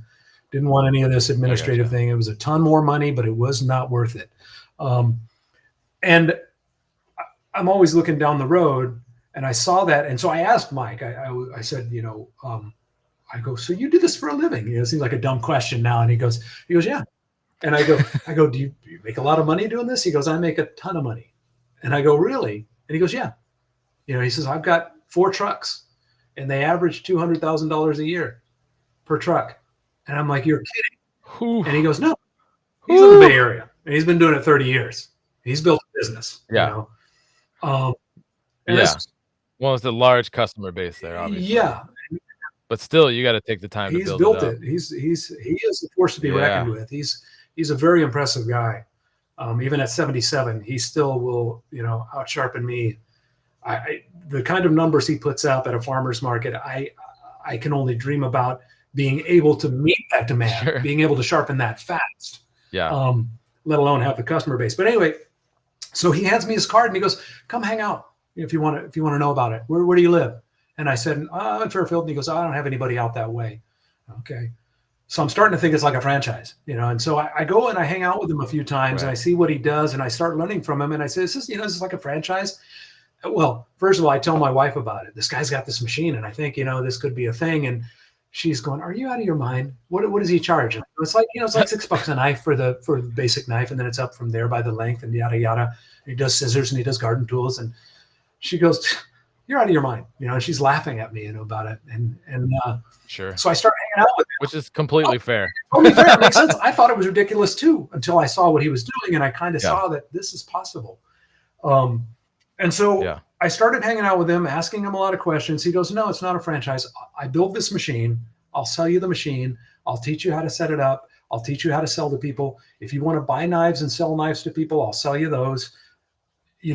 I'll sell you the belts. I'll sell you whatever you need to maintain the business. And, you go run a good business so long as you don't, stay out of my business." And I go, "Okay, I'm thinking about it, And so finally my wife relented and said, "Yeah, you can buy the machine, but you're not buying a truck, And I go, "Okay, I'll set it up in the garage." So I did all the electrical work to set it up because it's like 4 horsepower of electric motors on this thing. And I started going out, like I told you, and selling, and I would bring the knives back to the house, sharpen them, return them, 7 a.m. before I went back to the classroom, and I'm out there hustling or evenings. And I was hustling, and I started building clients, and she started kind of becoming a believer, and slowly built it. And then she kind of started seeing the value in it, and she would just laugh after a while, like, "I can't believe it." And I go, "Yeah, I got another client today." Sure. And so then finally she goes, "Okay, you can buy a truck," and so I bought a truck and set that up and picked up a couple farmers markets and started picking up some drop-off sharpening and building that. And drop-off sharpening is pretty cool. We could talk about that, but gradually built it over time. And I noticed along the way that I was still working full-time in the classroom, like, and that's a demanding job. But, and I was still doing a good job at that. I was adamant I was not going to take anything away from the kids that I worked with, these kids with disabilities. And so I gave them my time, I was, focused on my job, but I'd never felt like, oh, I got to go to the other job. I still enjoyed it, and I still enjoy it. Sure. It's not a difficult job. There are occasions where I'm working like a 10 or 12-hour day in the summer. But the beauty of it is, when it's a slow day, I'm home early. When it's busy, if I'm out there on a hot day and it's 10 hours, I'm bringing in some money. So eventually she let me buy the van, and then she's a little bit older than me. So once she got her Medicare, when she turned 65 and started taking Medicare, she was like, "Okay, sure, you can quit your job now." So I went on a leave of absence and never looked back. And then then the business really took off after that. How long ago was that? That was 4 years now. Okay, so when I met you, you were still teaching. Probably. I was probably right in that transit. There was 1 year in COVID. Was that pre-COVID? I think that Forge the Table was 2021. So it was right at the tail end of COVID. Yeah. Right. Yeah. Oh yeah. No, it was, because I remember I was going to ride up there with a friend, and just a guy I knew from Santa Rosa, and Diana's like, no, you're not riding in the car with anybody. You know, that's too Sure. close to quarters. I was like, all right, yeah. Yeah. So yeah, that was about that time. It was probably right Okay. in the transition, right when I was just starting to. So yeah, 4 years. Um, and another kind of fortunate thing happened for me, um, which was there was another sharpener up in Sacramento who was associated with Mike, and he unfortunately I talked to him on the phone a couple times, and he had a stroke, and he's an older Oh no. guy Yeah. and kind of had some heart issues in the family, and he had a stroke, and so I was covering his route for him, in the Yeah. hopes that it was just the timing, like right when a few months after I went full time, I got approached through Mike. Hey, can you cover this guy's route while he recuperates? And so I started covering his spots up in Sacramento. Some of them, I didn't Right. cover all of them, and then covered that for a couple of years. And he just decided to kind of retire, and so I, in some more or less, inherited a chunk of his route. But in the interim time, I had added a bunch of new customers and kind of built out um, a Yeah. spot out there, and that's been real good. Okay. But yeah, and I'm kind of like full time, part time. In a sense, it's part time work, full time money. Yeah, That's great. it's pretty good. I don't think that's a Well, and bad thing. one of the Yeah. saddest parts about it, if I might, real quick, is that Yeah. Go I ahead. found out real quick as a school teacher, I had no write offs, none. It's a shame. I mean, I really learned, and in fact, Mike, again, my mentor, Mike, who's been a huge mentor, Yeah. when I quit one day, he's like, school teachers are probably the most taken advantage of occupation that there is out there. And I go, you know what? I think you're right. And it really Yeah. came true because I had no write-offs, and I was spending a lot of money in the classroom just trying to make things good for my students, supplies and stuff. But as a business owner, I got tons of write-offs, so I get to keep more of my money. Sure. It just seems wrong. But anyway, side note. Yeah. No, that's Yeah. good. Yeah. Real quick on a couple things that we touched on Yeah. earlier. I think it was Jimmy Seymour who was on Forged in Fire on that. No, the guy's name Wait, was you say Grant. Grant. That name just came to me. His first name was Grant. okay. Well, never mind. Yeah, not Not Jimmy Jimmy. Seymour. It was Grant. I can't think of his last name, but it was Grant. His first name was Grant, definitely. Grant. Let me see. I think it was the very first. Grant Marco. Grant Marco, Marcous. Yeah. Yeah. Yeah, I took a class with him. And then Arnon was actually on there as well. I mean, He was on episode 5, which he was on with Peter yeah, Swarsberg. I get so It many was people the when I'm sharpening that come up and go, "Oh, we watch Forged in Fire all the time." And I go, "Really?" And they go, "Yeah, you ever going to go on there?" And I go, "I doubt it. I'm just kind of a guy here." But I go, "But I know people." And they're like, "You do?" And I go, "I know a few people that have been on Forged in Fire that I've talked to and met, like Greco and Travis Wirtz, and now at Blade Show, I met a ton of people. For sure. And that was, oh, go ahead. I am blabbing too much. Go ahead. No, you're not blabbing too much. You're perfect. You're making my job easy. And then earlier when you were talking about the LTO, Yeah. it the the image I had in my mind was Danny Trejo. Oh, Like cruising around. yeah. Like a Danny Trejo kind of character. Because Danny Trejo is also like, he's 5'6", Yeah. so he's a little bit on the shorter Yeah. stature. But I could see, like, I mean, I don't know obviously what your uncle looked like, but in my mind, that's what I kept seeing was this Danny Trejo kind of character. He did have kind of a ruddy complexion like that. I'm trying to find some pictures of him. It seems like that even adds to the mystery because there doesn't seem to be any pictures of him anywhere. Like, Right. And one of my cousins down in Del Rey is looking for some pictures for me, but because I'd love to include a picture of him. But yeah, he did. I did see. I remember seeing one where he kind of had this ruddy complexion. He's wearing a hat, and yeah, definitely. No, maybe not the same vibe, but they said he was absolutely fearless. He was afraid of neither man nor beast. Yeah, we gotta get one of your LTO knives to Danny Trejo because I'm pretty sure he has or his partner in some sort of Yeah, restaurant. it's like Trejo's Tacos or something like. Yeah. I saw it for the first time at a concert, and I was like, "What the hell?" I ended up getting a picture right next to Danny, like the Danny Oh, Trejo and stuff. well, Like, he it he was he did funny. a spoken word thing or a book review here, like the next town over in Vacaville last year, and my daughter tried to get tickets for it, and it was like they were gone. Like it was at Oh, the I'm public sure. library. He just and it was free, you know. But Yeah, yeah, that would have been so cool. He's a pretty cool guy, and he's been through a lot. That guy's for you know. sure, dude. His story is wild. But yeah, I think getting one of your knives into his Oh, hands, I'm sure he would love the yeah, LTO. I don't generally. And with like the art and everything. Well, yeah, Um, it's funny. I've had a few conversations with Greg from uh, G Carta, super nice guy. I met oh him yeah, at Forge to Table too.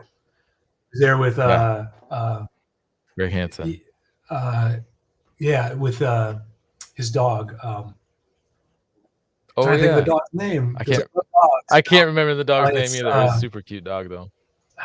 it'll come to me, just like everything else. But we were talking there. We met there, and I showed him my LTO, and he was very nice about it. But then we would have conversations as I was ordering stuff from him because sometimes I'd call him and go, "Hey, I need 10, pieces of the MBE." And he told me Yeah, the story behind it, how Mikey, his daughter-in-law, developed it, and she wanted to do it for a while, and he was going, nah, nah, I don't like the sure. idea. And he said they were in a Mexican restaurant having lunch one day, and she's like, look at this, we're going back and we're going to make this. And he's like, okay. And he goes, Yeah. it was the best thing I ever did. Turned into my bestseller. And I believe it, dude. I see it on folders. I see it all over the well, and place. what I told him, and I could be wrong about this, was I said, I kind of feel like at some level, Mexican culture, I mean, we're in a multicultural country, and For sure. Mexican culture has permeated that like a lot of cultures have in some ways, like everybody goes out to eat Mexican food or Right. these kind of things. So that Yeah. that Mexican blanket says something on a even if it's on a subconscious level. It's like, oh yeah, I know what that is. I Sure. understand that pattern. You know what I mean? So if you do happen to be Latino or Mexican, it means something to you. But even if you're not, it's something you Yeah. understand or it evokes a certain feeling, whether it's drinking margaritas Absolutely. or going down to Puerto Vallarta and spending the week or whatever. So Yeah. it definitely has a different quality to it. And I have one of those blankets somewhere in the shop. I'm not sure where it is right now. Oh, it's over my left yeah, shoulder. But anyways, you kind of see it back yeah, here in the oh, corner. yeah, I But see it. anyways, yeah, there's like for me, I think there's a level of nostalgia. There's and because of that, it's like there's a relatability and a way to connect with things. And I think I think something that you do a great job of is like you kind of build stories around the knives that you're making and the knives that you're selling. Because I think more than anything, like a story along with the item Yeah, is honestly really, at least I feel like in the knife making industry, is a really misunderstood and undervalued quality because we're not just selling yeah, products that you can buy at any store, pick up from the grocery store, or the food, the home store, or the kitchen store. Like we're making handmade things that we're spending a lot of time on, and there's a story behind that. It's just figuring out what that story is and what the inspiration, no matter how like simple or whatever uninteresting somebody might think it is, or the maker especially. I think it's a lot of makers are like, oh, nobody cares about that or nobody's interested in this. But it's like it's interesting. You tell that story, yeah. whatever it is, tell that story. Some people don't care, but some people really do. And like the Susan Valley Cleaver, and I guess I have to be inspired to do something. I just can't, Sure. you know. Um, That's another good point. Do it for I yourself have to be too. inspired, and so that's kind of where I come from. But even like the Susun Valley Cleaver, I got reached out to by somebody that lives across the country who saw it on Yeah. Facebook. Who I remember their family. They were part of the family out there in the valley, but I hadn't talked to Okay. her in 40 years. But somehow she saw it on Facebook through somebody else, and she grew up right there. And her parents worked on the Glasshoff Ranch, and she lives out in Tennessee Okay. now. And she's like, I want 3 of those. That just, Right. I was in tears thinking about everything to do with the Susun Valley. And, now not everyone's Yeah. going to be like that, but like the LTO kind of Sure. does that. Or like the other one I did, the colibri, which is the hummingbird, which I tried to Okay. tie into like the colors of the hummingbird and, how the hummingbird means, well, in a lot of cultures, the hummingbird carries a special significance. In the Japanese culture, they're Absolutely. messengers from, well, in Japanese culture and in Mexican culture, they're messengers from the gods. And my Okay. my mother-in-law, who was, you know, as important to me as my mom in many ways, believe it or Oh, wow. not, oh, we were tight. I mean, we were tight. Yeah. I get emotional just thinking about her. No Um, worries. Yeah. but to her, she hummingbird. What I learned from her, and even I heard this from my dad too. When a hummingbird shows up, that's somebody, one of your ancestors or something, Mm. or somebody who's gone visiting you. They're messengers from the Yeah. spirit world. Yeah. So that means something to me, and it means something to people in certain cultures. So I thought, well, I'll make a hummingbird, and it was a little like a 5.5-inch santoku, which I felt like it was a better size for women. Um, but I Sure. didn't want it to look like a woman's knife. I wanted it to Sure. so it has the Mexican blanket on there as well because I had a bunch of cutoffs left. Uh, Yeah. and I started using the voodoo resin because it has this, really powerful colors to it that kind of evoke a hummingbird. How they're so flashy. So Right. those kind of stories I like. And then even when I do like a one-off, like when I did your tessellating mosaic, uh, Oh, sure. originally that knife was going to be, and I also get inspired by music, certain songs. And so Yeah. that one originally, how you put that mosaic together with the M bars, um, and they all kind of come together in their own way, no matter how you put it together, Sure. reminded me of the song by Charles Mingus. There's a song called Brilliant Corners, you know, and so Okay. that kind of, it's like, yeah, brilliant corners, so you can put them together anyway and it's going to work, you know. Then when I Yeah. Oh, finished it, interesting. it became Cosmic Debris by Frank Zappa.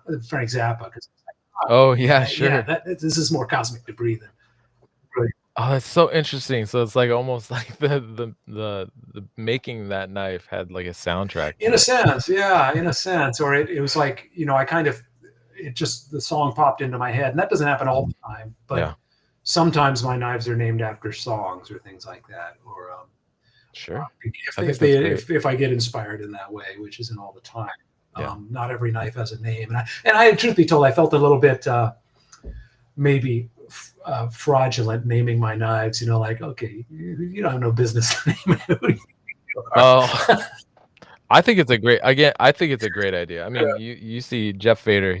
Jeff Fader does a really great job naming his different Yeah, styles of knives. And I think again, it's giving the knife life, giving it character. So it's not just a product, it's a thing with a story. And I think I think a lot of knife makers think about their knives as just as products.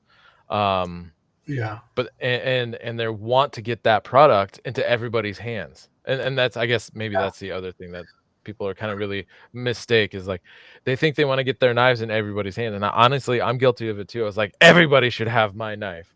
But the reality is like not everybody is interested in my knife. Not I can't make enough knives to yeah, get knives in everybody's hands. So then it's figuring out a way to connect with people in a meaningful way so yeah, that the right people who want your knives, who are in the position to buy your knives, yeah, find you somehow, or a friend of theirs sees it and they're like, "Oh, this," then they think of that other person either as a gift for them or that uh, person's looking for a knife. Figuring out a way, and it's not lying, it's not embellishing. It's just it's telling a story about who you are as a maker, about the knife and the creation of that knife and what yeah, inspired it. All of those things help to give that thing more and to make that item more kind of like a soul, more of a character, so that it's not just a stagnant, stale, lifeless object. It's something that invokes imagination and creativity and yeah, a soundtrack or whatever in somebody's mind. So Yeah, when they use it, they have a that knife can, connection. yeah, a knife can be all those things, and some people do take it personally. Yeah, A lot of 99% of the people don't, but sure. and I have to rein myself in sometimes because I do start to think about, well, I could make a bunch of these, and then I go, whoa, whoa, whoa, because I I guess I feel like I'm better off being a sharpener, because there's things I want to do. Sure. I don't want to be in the shop every day, but Yeah. I do have a passion for making knives, and I Right. do want to make the very best knives that I can make, and I want to keep growing and keep pushing the envelope on what I can do. Um, I guess what I want to be. I have simple goals. I want to be a good husband, father, brother, friend. Yeah. You know, and grandfather, and I want to travel a little bit and eat good food and hang out with my friends and build knives and do fun stuff. Go camping once in a while and work on my house and stuff. Yeah. But so I find myself sometimes feeling like, oh, I should make a bunch more of these fillets, or I should, maybe really pursue this. If I could get the blades ground and then I can put the handles on, and I go, oh, whoa, what are you doing? Slow down. Sure. Just make the stuff you want to make. And so I guess I'm fortunate in that way. Yeah. Sorry, apologies to the full-time makers, do what you do, but everybody's got to do their own thing. Yeah, no, and honestly, I think yours is a great approach. You want to do the knife making, but it is difficult to be a full-time maker and continue to maintain a level of awareness so that people are interested in buying your work. You constantly have new Yeah. customers.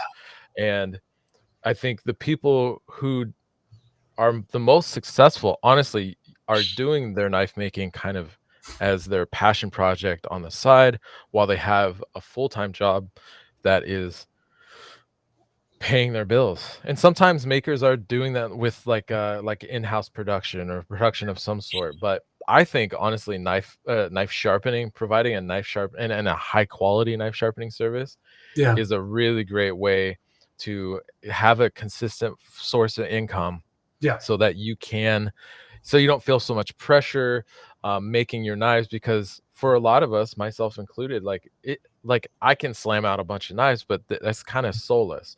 What I want Mm. to do more of is my own like creative exploration and Yeah. experimentation and trying to Yeah. develop new techniques and new approaches and new ways to even like in various aspects of not even just the making steels, but like the knife making process. Yeah. um but it's hard to afford to take time to do that because I'm also trying to make knives at the same time to pay the bills. But if I had something else that paid the bills, Sure. then I could probably afford to do more of that side project stuff. Well, yeah, and we are back to that, and where we should be to the sharpening. So yeah, it can be very lucrative, and it can be something that it's the vehicle that got me out of my nine Sure. to five to where now I have more time to focus on knife making, and I'm not working every day to where if I made an arrangement, I want to go take a Sure. class with you. I can take off on Right. Friday, and or I can rearrange my Yeah. schedule, or I can take off to Japan again, like I'm going to do in a few months to travel around and see some knife Yeah. makers and stuff that I'm trying to arrange visits with and just see what they do. But yeah, but for whatever it is you want to do, it can keep you in knife making or supplement what you're already doing and build a Yeah. customer base, or continue to build your customer base that might find Yeah. you through sharpening. And there's a lot of ways to do it. I mean, I do the farmers markets with my mobile unit. I also do, as I said, commercial kitchens, and I also have I think like 7 or 8 drop off Wow. spots. Um, I'm not. Let's see. I've got one in Vallejo. It's kind of like a fancy food store, and this is to give you an idea. I have a hardware store in Fairfield, a hardware store in Suisun, a hardware store in Winters, one in Esparto, 2 hardware stores in Sacramento, 1 hardware store in Davis, a kitchen store way up in the foothills in Auburn, 2 kitchen stores in Sacramento. So that's Damn. 11. I might be leaving somebody Jesus. out. Yeah. And those I hit on the regular. Some of them are every week. Well, 3 of them are kind of Okay. 3 in 1. Okay. The They have a courier that Oh, brings okay. them down on Wednesday, and then I sharpen everything at the one Yep. store, and then they bring them back. And it's kind of like an overnight service where you drop off by Tuesday, I sharpen on Wednesday, you Right. pick up on Thursday, uh, which is something that one of the things that if somebody does get into this business, one of the hardest things for people to wrap their head around is that Yeah. drop off model. Because they're like, what time are you there? And I go, no, it's drop off, and you can drop off anytime. Yeah, but I want to meet you there. And it's like, well, sometimes I'm there at 10, but sometimes I'm there at 2. Well, how long are you there? Sometimes I'm there 20 minutes. Sometimes I'm Right. there an hour and a half. Oh, but it's very lucrative. The drop off sharpening Yeah. is really good in most places. And you try to build it. You got to give it some For sure. time. You got to give it at least a year when you try. Unless one of the keys to drop off sharpening, if you want to please. keep talking about that, is having a solid partner in Yeah. the retailer, because what's in it for them is that 2 Yep. times foot traffic. That person's coming in to drop off, they're coming in to pick it up, and they're probably going to spend a little Yep. time buying something, so and they get a percentage, and it depends on the percentage as to Yeah. how involved they are. And a lot of my retail drop-off spots do internet advertising, and they do a monthly email, or they they do Instagram, or they have Yeah. other ways of promoting it. They've got signage, and they're talking to people about the sharpening because they've Yeah. got skin in the game. They get a percentage, and it works out pretty well when you have a partner that's really Yeah. got it together. No, I think that's super crucial, and I think, like you were saying just a second ago, like giving it a year to dial it in. I think we already talked about some ideas of ways to do that, whether it's markets, pickup, drop-offs, doing these block parties, or kind of like whatever sharpening parties, whatever you want to call it. So to tell my story, I guess I wanted to get into Yeah. it. I started offering, I just would sharpen for I've already been making knives and sharpening knives for a long time.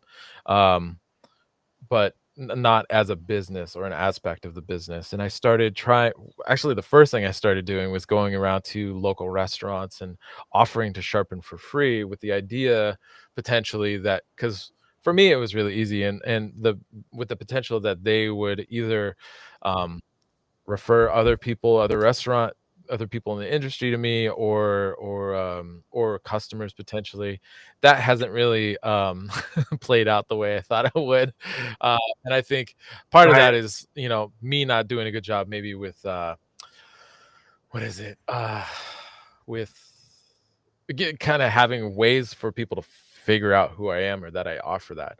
Um, and so Yeah. when I really wanted to do it more seriously, I went to there was a local market that was super cheap. I think it was I think it was $50 for the season, which was from May to October. They didn't ask for a portion of sales or anything. It just because the woman that owns the property where the market's at also owns, she kind of owns like the city block that's right there. She's got a Airbnb, she's got Okay. a kitchen store, she's got a restaurant, that are all right next door Oh. to this park.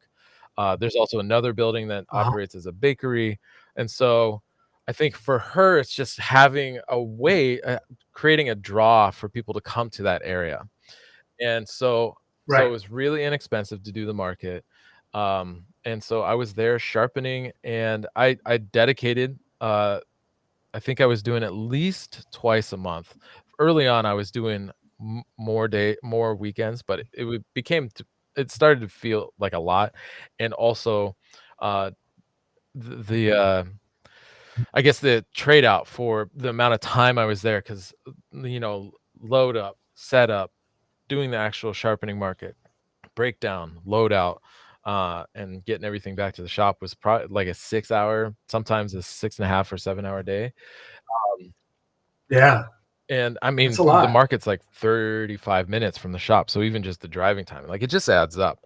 But when I was doing more of them, I wasn't, the payout didn't really in exchange for the time, didn't feel like it was really there. But really, like, I guess my main strategy for doing the market was to help create awareness that somebody like me, or that I was offering a sharpening service. Not that any, like, nobody in my, or not nobody, but very few people in my community and in my local area know who I am. And they don't know that they have Yeah. uh, a high level custom culinary knife maker in the area that's offering the sharpening service. I'm just some dude. And so the goal of the Yeah. market was to create awareness around that. And like I said, I committed to that, I guess, that spring to fall season. And then I transitioned, Yeah. because that kitchen store is right next door. I transitioned to doing pickup drop off, but that was a great way to start out, kind of just creating general awareness that I was offering that, because outside of that, it's hard to create that awareness without doing a bunch of, like, local advertising through either like physical newspapers and magazines or whatever, as well as like online through Facebook or online periodicals and stuff like that. And it's like, how often, like, people are so trained to ignore those nowadays.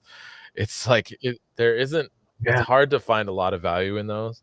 And so doing that market was actually really great, even though it was time intensive. It really got me to a place where people know that I'm doing this because of the way I talk, like, especially all that FaceTime at the market, developing that Yep. kind of level of trust and understanding and educating about knives. A lot of people refer their friends and their friend, and then those people refer more people, and just keeps building up. And again, like, Oh I don't need everybody all at once, but people are kind of like on a rotation of every few months now, every 4 to 6 months, they come back and they get their knife sharpened. yeah. Yep. I see names now that I'm doing the pickup and drop off. I see names that I've on rolls of knives that I've seen before. I'm like, oh wow, they're back again. That's cool. And Yeah. yeah, yeah, It builds over time. Yeah, definitely. But back to your point about like advertising, you kind of right, touched on that a little bit. Advertising can be, you got to be careful, I guess, or thoughtful about it, because I've had some signage that I use at the farmers market, and then I finally realized that it looks like some weird brochure, and I think it probably just gets lost in the, like, nobody even sees it because it's not. There was yeah, too much there instead of just knife yeah. sharpening today. It's, Boom. there's got to be I had something all these pictures simple and on there. short that somebody can just, like, glance at, but r- Yeah. subconsciously or conscious, like, just read without putting too much effort in. And then, like, it's something Yeah. that draws them in, if they're in that position or have that interest. And that's the goal of that. And then Yeah. you have more detailed information behind the scene. But yeah, I know exactly what you're Yeah. talking about. But you are experiencing Yeah, it build over time, and that's pretty much how it works. There's not a lot of people that are even aware. I still get people that come up and go, I didn't know anybody was even sure. still doing this, yeah, I used to have a guy back in New York when I was a kid growing up, Yeah, and blah blah blah, and you go, yeah. And it's how long have you been coming to this market? I've been yeah, coming here for 5 years. Oh my god, how come I never saw you? I'm only yeah, here once a month. you know but then the awareness gets out there, and it just kind of yeah, gradually grows over time, but it's consistency like anything yeah. else you It- know well, and um doing the market, honestly, like, by the end of that season, like, the first few months, I'd have a $200 day, a $300 day. And then I started more consistently having 4 or 5, $600 days. But by the end of the season, I was having $500 to $800 days for 5 hours of work. I'm like, shit, that's not bad. And then all of a sudden, that yeah, doesn't feel so painful to do that work, or take the time to do that right. when you're making, 100+ dollars an hour. And right now, I've dialed it back to where I'm just doing a pickup drop off once a month. And Uh-huh. depending on the time of the year, I can, like, they can be like $1,500 drop off Yeah. for 1 month. But that's also, like, that's either like leading up to Mother's Day or Thanksgiving or Christmas, or like or barbecue season, like getting ready for summer. Yeah, Um it's definitely and seasonal. There is yeah, definitely a seasonal flow to it, especially for sure. gets around Thanksgiving. It's game on. Yeah, Everybody's right before Thanksgiving. Everybody's sharpening knives. yeah, It goes bonkers. I make big money before Thanksgiving. yeah. You Well, and know. that's just with one spot too. That's the crazy Yeah. spot. I'm only doing 1 pickup drop off once a month. If I Well, had 2 or 3 more, I'm pretty confident I would be 2 or 3xing that in different yeah. parts of the city or the various cities in the area. I'm only really serving like half of the Olympia area, Not and then there's everybody goes to also that store. You no, know. exactly. Not everybody comes to that side of town. And so it's like to get out to Lacey is at least 30 like maybe 20 minutes on the highway, 35, 40 minutes through town. And so like breaking it down by basically like Yeah. places that are 30 to 40 minutes away from each other, and also like locations if you're going to do in person, like farm stands are great. Mhm. I have a friend who's got a restaurant that's a pizzeria that's they have their own property and stuff. They're like, anytime you want to come here and pop up and do sharpening, you are welcome. And they got people coming in and out of there all the time. But figuring out Yeah. the pickup drop off is definitely more I guess economical in regards to Yeah. time. I've definitely found. Pop-ups can be a little tricky. I mean, if they Yeah. advertise it ahead of time, you'll probably get a few clients. And then if if you have your own email list, like, so Yeah. one of the things I do that's clutch is started years ago. And this is another thing that came from Mike. I basically followed his model. I Yeah. shadowed him at his farmers markets before I had a truck, Yeah. when I was sharpening in my garage, and just, I would help him out, and I would be his little sidekick, Yeah. handling the money for him, handling the knives, and Yeah. then he taught me his rap on what he says to people. So I've got, it built my whole skill set around. I was ready to do a farmer's market by the time Right. I got my truck. But so one of the things that was clutch was he would collect email addresses, Sure. and you send out a MailChimp, hey, we'll be at the farmer's market on whatever day, Yeah. and you collect it by market, because my markets are kind of far flung. Yeah. So, and then, but we switched that up to where I'm now basically just collecting phone numbers for a text message, because I Oh, figured out interesting. I hate emails. Sure. I don't always open my email every day, but I look at the text messages that Dude, pop that's a up. really great idea. Oh yeah, it's called simple texting, and you just create a list, and then and I tell people that, and they go, "You don't sell it to anybody." No, it's not for any other marketing purposes. You'll get a text the night before the market that just says, "Hey, we'll be at the market tomorrow." Then you won't forget. I'll get a little bit pushy about it. Like I'll go, I send out a text message, and they go, "No, I'll remember." And I go, "Well, you haven't remembered yet. You Yep. give me your number. It's on." I'll go, "You give me your number, and it's on me." Yeah. So let me get your number. And they go, "All right." And then they show up, "Man, that thing worked great. Here I am. I got my knives." I go, "All right, cool. High five. Let's do it." Yeah. So yeah, but again, like you experienced, it can be pretty busy at a market. Sometimes a little too busy. But you're schlepping your 2x72 out there. Yeah, it's not ideal. I think Yeah. the more ideal situation would be to have, which we actually have discussed in the past, but setting up a kind of like a trailer of some sort where Yeah. I Yeah. can haul it, park it, and then yeah, Yeah. You plug in, or do you have a my generator on it. yeah. Well, and that was one of the other things too. Like I was like, man, if I did that, if I ran off a generator, like I wonder if it would make sense to get one of those like those big electric power banks, or just run a generator. Yeah, my understanding, and I have heard people say that you can run something that big off of a electrical power bank and solar. Yeah. I'm not so sure. Yeah. So I've got a diesel generator that's plugged right into the fuel tank of the truck. Sure. So you just always keep it full, and it's a Cummins generator, so they've been flawless for me. Nice. Yeah, and so you see, I mean, I pull up, I crank out the awning. My setup time is, and I even put out a table with a nice tablecloth, and Sure. I've got my boxes, and it's pretty It's a fast. good setup. That's a nice van too. You can see I how would. busy my sign is.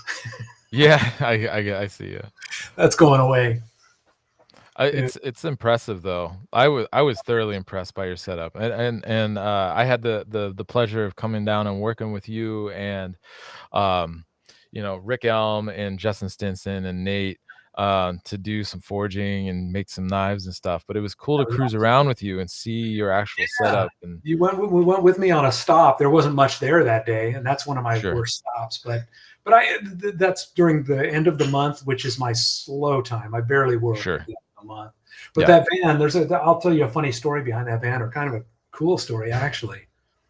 If you know, I don't want to bore you, but first of all, so when I wanted to get one, if you look for a Sprinter van, you can find white Sprinter vans all day long.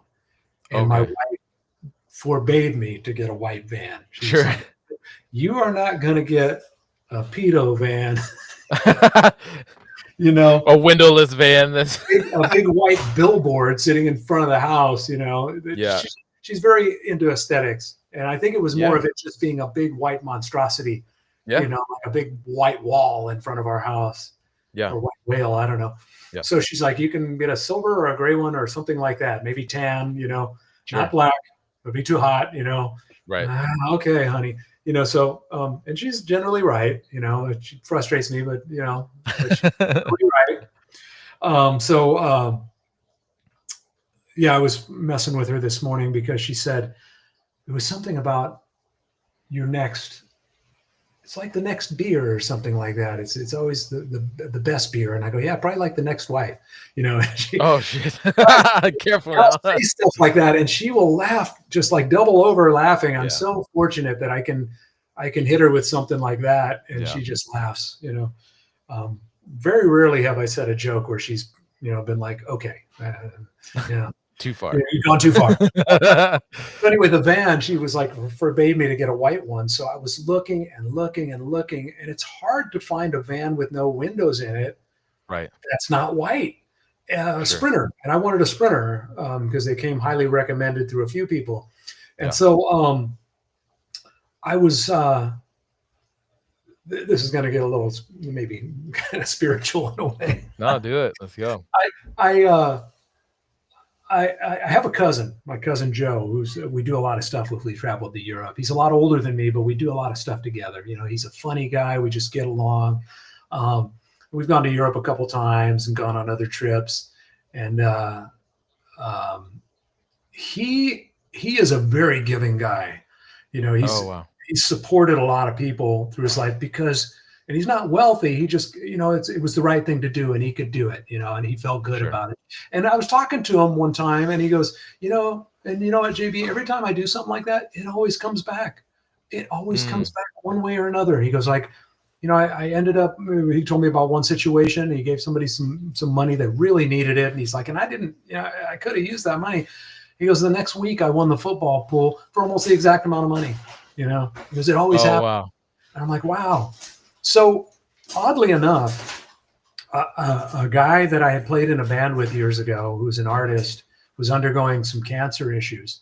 And I saw it on Facebook, and incredible artist, this guy named Michael Rios, he did a bunch of artwork for Carlos Santana album covers. Oh, sure. Yeah. Yeah. And stage backdrops, and he does his clothes, his guitars, Michael Rios. And I played in a little salsa band. He was in our salsa band. Super cool guy.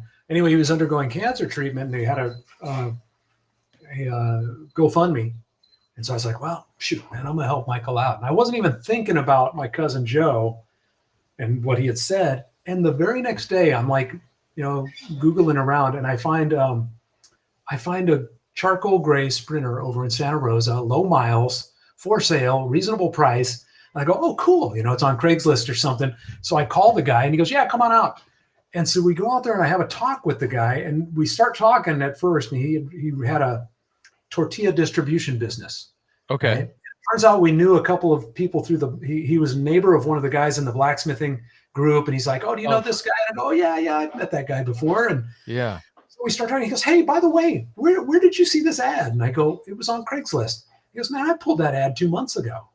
And I go, whoa, that's weird. And then we get, so I think, I'm not a superstitious guy, but I have to go, wow, okay, somebody's looking out for me. It's coming back to me, that little thing that I did. Yeah.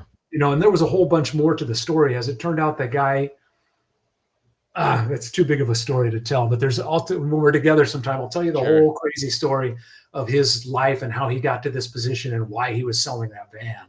But there was a whole spiritual aspect to it, but I ended up buying the van. Yeah. and it was a color that pleased my wife. So, and it's a good looking van, you know. So I'll tell you what, when you get your next van, this is what you do. You get a wrap. And you can put I whatever color on it. that was don't think I didn't think of that. And Yeah, and then you could have the big old vibrato forge and all that stuff on. yeah, No. no, she was not having it because she says, you know, that technology, you never know, it'll probably peel off in a couple of years and it'll look like hell. And I was like, well, okay, I'm not, you know, at some point you just go, okay, I'm not, okay, I'll just. I have my Chevy pickup truck. I swear, it was made in a year where, and you probably see these trucks. Everybody sees these trucks all over the place. I think it was Ford, Dodge, Chevy, whoever was painting their white trucks in like 2002, 2003. All of them, the paint's fucked and is like giant bare spots on the front of the trucks, and you see these white vehicles all over the place with these shitty paint, like the paint peeling Yeah. off and looking like shit. And it was just like this one particular year or a couple of years where they Look, mess it up, and so many vehicles are terrible. So I need a paint wrap or a wrap on my truck. That's yeah, for sure. there's a lot of things that happen like that in manufacture, Sure. especially with paint. I remember when I was painting cars full time, when I was painting vehicles, there were a bunch of Chevys that were peeling away, just tons of them. And we'd get a bunch of them. If they were a relatively decent vehicle and the person had some money, we'd throw a $5,000 paint job on the thing 20 years ago, you know. Not everybody had that money. And I ended up talking to a guy who was an industry guy, and he goes, oh yeah, he goes, they know at the factory there's a problem in the production line that's causing that, something in their process, but it's too expensive to fix it. So they don't give a shit. Oh my God. So they're just, you know, they'll fix it on great. the next model. Yeah. And when they retool, cool. But for now they're knocking trucks out, and they'll deal with maybe the odd one that makes it through the warranty, that doesn't make it through the warranty period. You know? And they calculate they just need it to last long enough so it doesn't. Yeah. Know, how many people are going to be that angry to buy another Chevy and all the actuarials and yeah. I love my Chevy. I love that thing. But dude, I hate the paint. I hate that the paint is falling off the way it is. It's so terrible. It just looks like crap. Yeah. But I don't know if that helps it or prevent or hinders it in regards to making it a target of, you know, smash and grabs or something like that. I've been lucky, knock on wood, that I haven't had that situation, but I have had many friends who've had that happen. Knock wood, I haven't had one stolen. We did have my wife's Honda. Somebody tried to steal the catalytic converter, but they stripped out one of the bolts, so they didn't quite get it. Yeah, I mean, I walked her out to go to work, and she fired it up, and it sounded like a bomber, you know. Like, right. But it was still hanging on there, so we were able to save it, because that's an expensive proposition. Yeah. I wanted to talk to you something that's also, and I'm not trying to sell anybody on knife sharpening. I think part of the reason I really want to talk to you, and I guess I haven't really said this yet, is that because of your experience as a professional knife sharpener, I think, I guess I've been offering the sharpening service for 3 years now. Mm-hmm. I obviously it has the benefits, like I said, of breaking up the kind of the monotony of my normal knife making day, but it really helps to not push so much pressure on me and the sales and the making of the knives. But there are definitely some fringe benefits, I would say, and I'm sure you've experienced this in regards to sharpening for restaurants, because essentially you're a fucking superhero. Like you're coming in, their most coveted tool, or one of their most coveted tools, you are there to take care of, and they love you so much for it. I'll tell you what, I'll tell you a funny story. So there were a lot of things, like I'll go back to Mike Salegi, you know, Perfect Edge. He's such a cool guy, taught me so much. I tell him at least once every other month, just thank you, Mike, you know, thank you for teaching me everything. But one time I told him, I told him we met somewhere for lunch or something. I go, Mike, I got to be honest. This is like I'm a couple of years into it, and I go, I Yeah. thought half of what you were telling me was bullshit. And he just laughed and he goes, little did you know, Yeah. huh? Because he had me sharpening at one of his drop-offs in Napa just due to Okay. a scheduling thing with his drivers. Because Right. he's way over in the Bay Area, but he's up in the Napa, Sonoma area. And that place was turning out money, so Yeah. that was a nice little spot for me to go sharpen on a Thursday night. And Sure. and he goes, yeah, little did you know. And I go, yeah. One of the things he told me early on, like I go, I'm asking him all these questions all the time. Like, do you really think I can make that much money? Do you really think this? And, and one of the things I asked him was something about, I don't even remember what it was, but he goes, do people stand up and cheer when you show up to work? And I go, no. And he goes, they do and I do. And I go, Oh, really? And he goes, yeah. yeah, you'll see. And so as I got into it and started going to restaurants, man, sometimes you feel like it's almost like you're walking into the nightclub and all Right. your best friends are like, hey, what do you think? Get in here, patting you on the back. Yeah. Come on, man, here he is. We've been talking about you. It's almost like that, Yeah. And then if you happen to stop in there to grab a bite to eat, you're at least getting a free beer out of the deal, or they're like, man, here, you take that. You don't pay here, And I always Right. insist, but there's the odd you can gain some weight in this business too because you get offered it. I'm You like, get offered a lot. you know. Yeah. Yeah, I sharpened at this one sushi restaurant. I've been there about 3 months, and I cannot get in the door without them going, "Hey, sit down. You know what? I want you to try something." I'm like, "Oh man, no, I gotta go. I already ate. I'm stuffed." And it's a top level sushi restaurant. Right. Oh So man, that would be a hard one to turn down. Oh my God. yeah, I don't all the time, but I did go in there and have dinner with my sister and brother-in-law, and it was pricey, but I wanted to show some thanks. Yeah, absolutely. Yeah, I don't know, but no, yeah, you definitely you become their hero in some ways, especially since there is a lack of sharpeners out there, and so some Right. restaurants, consequently, that makes it difficult because some aren't aware of the service and they don't want to try the service, but Sure. you brought up something. So usually if I do make a sales call, I'll go in and explain who I am. And Yeah. I go, give me 2 or 3 knives and I'll sharpen them for you right now for free. Right. Come on out to the truck. And then they start talking about the knives that I have for sale and stuff. And then, you've got a chance at least to get the business. And I just go, hey, it's no obligation. I'll sharpen a few knives, and that's a good way, and Mike, No. that's the other thing Mike said a long time ago is you sharpen, if you want to become a good sharpener, you sharpen every day for free or for fee, no matter what, every day. Yeah. It's like anything else, you do it a lot and you get good. Yeah. No, and the reps are crucial. Yeah. But I yeah. constantly get people that come up and go, I got my own whetstones and I'm trying, and I encourage them. I go, well, you can do it. Sure. It's just going to take you time. And they go, I have a hard time getting the right angle. And I go, well, it's not so much, you don't have to get crazy about having it at 15 degrees or 20 degrees or whatever you're shooting for. Yeah. Just it's got to be consistent, and you got to maintain the geometry, but, and I'll give them some tips on videos and just go, yeah, you could probably do it. But, if you get tired of it, you come see me, and they 9 times out of 10 do, because I've been honest with them. Yeah. Back to that honesty. Absolutely. Well, and I've had people be like, I really need to learn how to do this.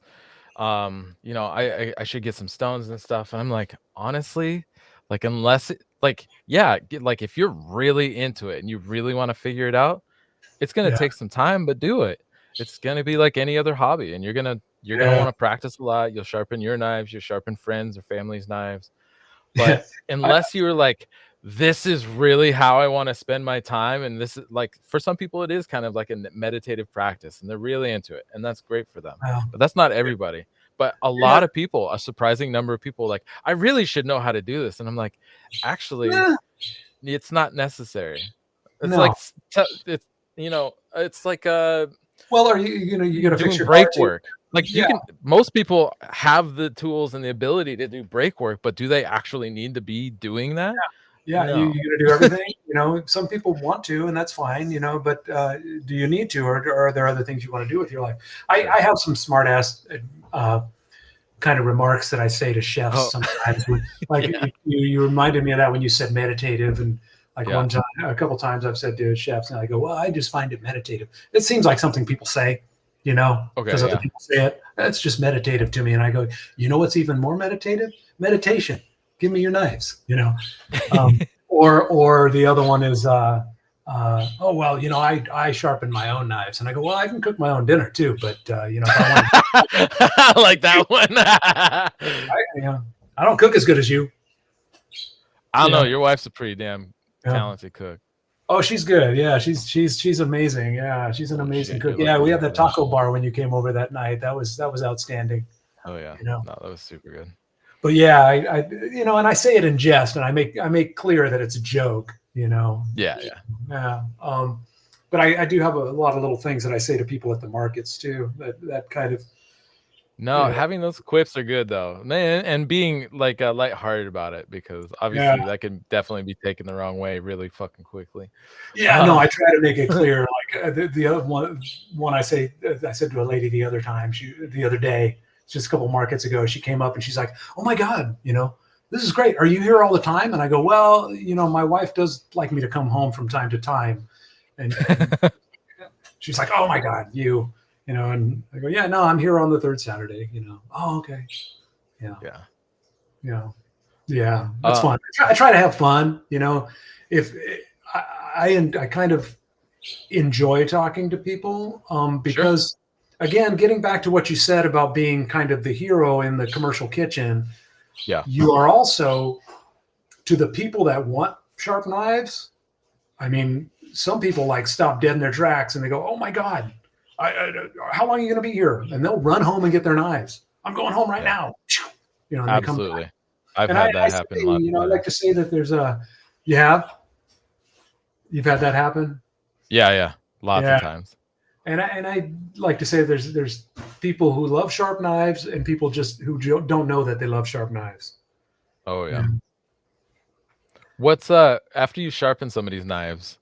I know I have my little spiel that I say, but what do you say? Or should I go first? Yeah, go ahead. Let me hear what you got. It's nothing too crazy, but I just I try to give them a quick pointers about storage and surfaces to use and washing, just like a real quick 2-minute thing. And then but I always make sure to encourage them to go slowly, because the knife is now probably sharper than it's ever been. Right. And I think something that people don't take into consideration is they have become accustomed to or used to working with a dull knife. Absolutely. And now they have a sharp knife that is going to cut basically whatever it comes into contact with, whether it's food or whether it's your finger. And so I always tell people, I'm like, please go slowly until you become accustomed to how sharp this knife is and how easily it cuts.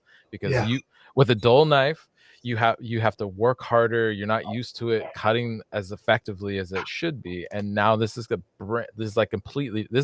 more than a brand new knife. Yeah, it's a whole different situation. It's completely different. And so please just go slowly. Yeah, no, you're right. And I typically, thankfully, I'm generally too busy to say too much to the clients, or the customers. But that being said, so I pretty much do say, well, my regulars, I don't. I make a little small talk. Hey, thanks for coming out again, man. I really appreciate you. And I try to recognize people when they come up, whether some of them I know their name. Yeah. Some of them I go, remind me of your name, and they go, oh, it's Robert. I wouldn't expect you to remember that or whatever. But whenever it is a new customer, I try to say something similar. And especially, you will get people that come up and they have a bunch of knives and they go, we got these for our wedding, 20 years ago, and they've never been sharpened. They've never been sharpened. Yeah. I'll stop everything and go, okay, you're going to need to slow down, just like you said. And here's why, you've probably, and the way that came about was when I was learning and I was sharpening for friends and family. I sharpened some for my friends that told me that very thing. And then they called me and they're like, man, Rosemary's cut her hand 5 times, And I Holy go, shit. oh yeah, they're sharp, and they go, so I tell people, yeah, your knives are going to be way sharper than they've ever been. And over these 20 years, they were probably sharp when you first got them, but they haven't been sharp in a long time. And you've undoubtedly developed some bad habits. Yeah. So, be very careful, go very slow Yeah. down. Don't be watching TV while you're cooking dinner, cutting stuff up. Look at look where you're Focus on cutting. what you're doing. Don't talk to anybody. Don't look around. Yeah. Look at what you're cutting, or you're going to cut yourself. Okay. Or sometimes they'll come back and go, they'll show me a Band-Aid, and I go, well, I'm sorry and thank you for the compliment. Yeah, I've even had friends that I've sharpened for, and I'd be like, "Who cook?" And I give them the same spiel, and they're like, "Yeah, I'm good." I'm like, "I'm serious though, dude. Like, Yeah. it's sharper now than when you first got it." And they're like, "Okay." And then they message me either that day or the next day, and they're like, "I totally cut the shit out of my hand." Almost cut my finger off. I was Cut the like, whole "I my finger off. fucking told you." Yeah, I told you. Yeah, that's important. Also, wash the knives, because the last step of my system is a polishing wheel with chromium oxide Oxide. polish. Yeah. Yeah. Actually, I have you shared a link to me of Yeah. the inside of your truck. Yeah, I Have don't you have too sharp? many. We just shot it last night, Oh, you and did? I guess that'll do. Yeah. Yeah. No, here we go. I'm gonna pull this up. That one's from Instagram of just sharpening. Yeah, so So you start on your abrasive belt, and then it looks like you have a 4 polishing system after that. yeah, there's actually a video that explains the whole system. Yeah. That I could probably send to you if I could find it. It was produced by a friend of Mike's, Okay. and it pretty much explains it in really good detail. Yeah. Yeah, there's 4 stages that go through to create the Oh, I edge. see. And the last one is actually for serrations, The right? last, the one on the upper right is a diamond wheel, and that's where when I make a serrated knife, or actually Justin, I usually cut Justin's serrated knives for him, Sure. and that's all freehand. I just kind of eyeball it and go, Yep.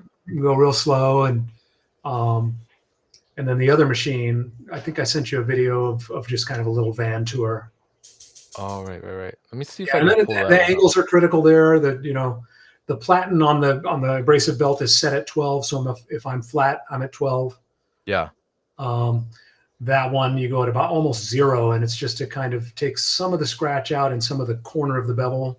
Yeah. And that one there is a silicon carbide wheel, sort of. It's kind of a proprietary thing that Mike had developed, and what it does is, at the point you finish that wheel and you move over here, the edge is really toothy, and there's still a lot of burr hanging on it. Yeah.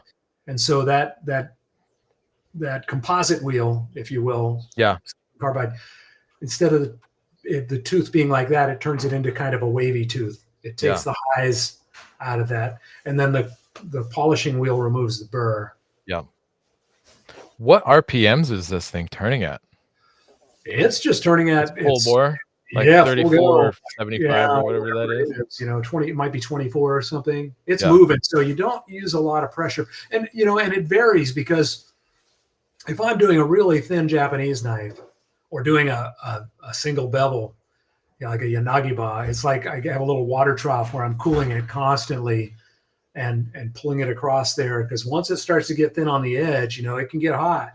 Yeah, fast. You got to have your angle right, pressure right, and move quickly, and then get it back in the water. And and then I usually, anything like that, like a Nagiba, I'll finish on whetstones for the back side. Is it called a shinogi, I think? Oh, yeah. Yeah. But yeah,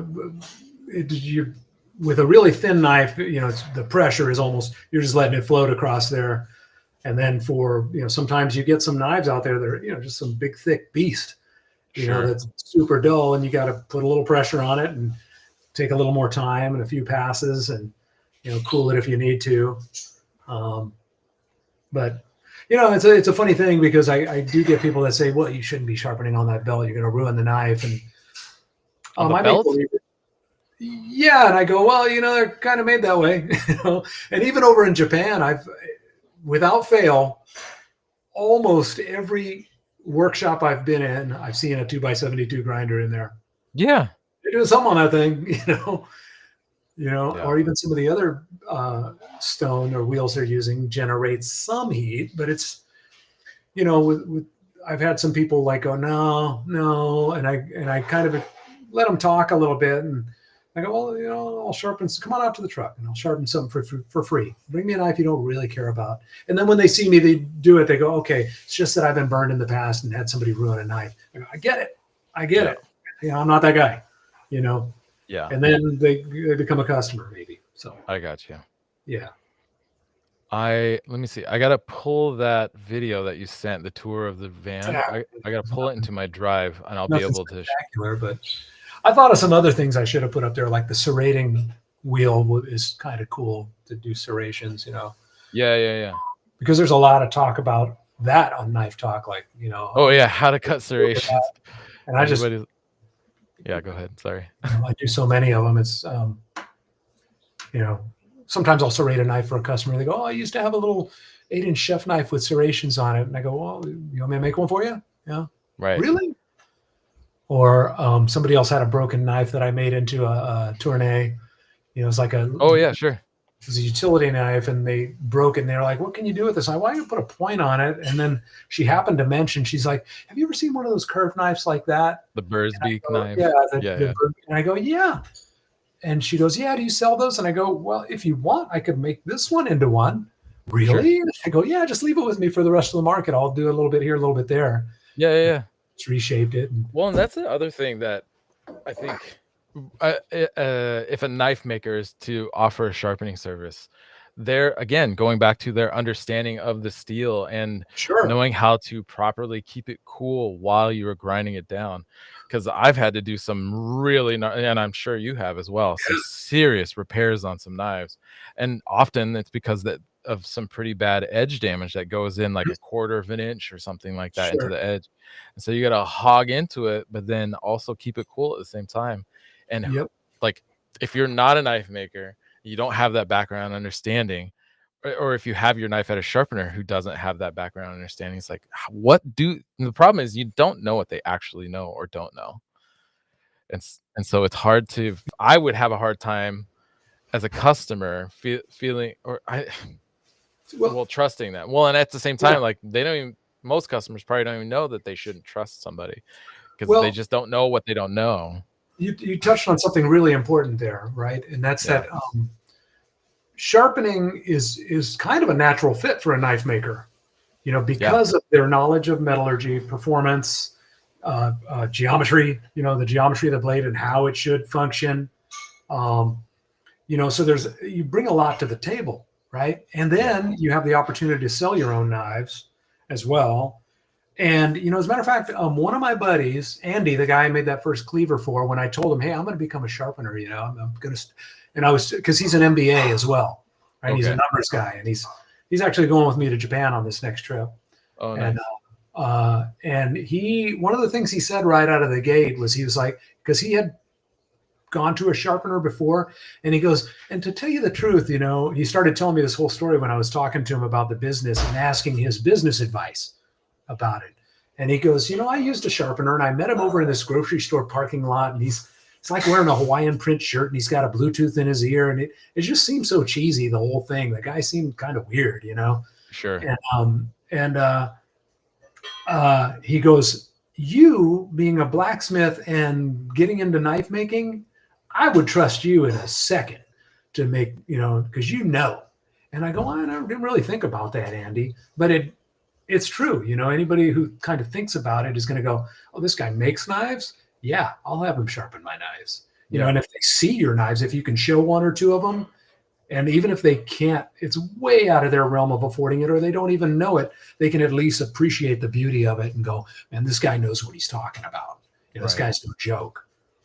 Because a lot of people do watch Forged in Fire, and the one benefit to that is they kind of have an understanding of pattern welded steel and Damascus and some of these things. And so when they see a beautifully made knife, And they go, you forged all this metal? Inevitably, you get some silly questions like, how many times did you fold it? And you go, Oh, yeah, that's sure. not really what I did, but Right. actually this one is kind of stacked. It's not really folded. Oh, Yeah, okay. yeah. You explain it. If you have time, luckily, if you have time, if the market's slow, then you can talk to people, right? You can have some nice conversations, do a little bit of education, do a little bit of trust building. You never know where it's going to go. And then if it's busy, you're making money. So, Yeah. you No, it's know, good. but it is a natural fit for knife makers, I think.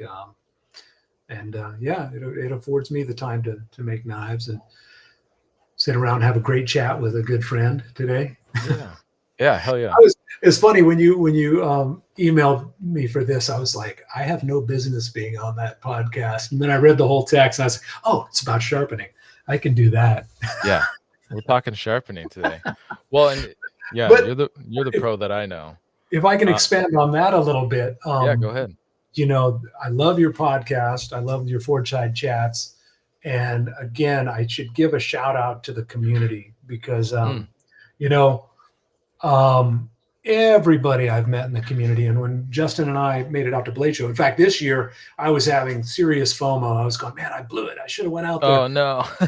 I went to see my grandkids, Minnesota that weekend. But when we went out there and we're like I said, we're bumping into like Kyle Royer, Jeff Fader, just off the top of my head, Will Brigham, Joshua Prince. I mean, you name it. Everybody we met. Yeah.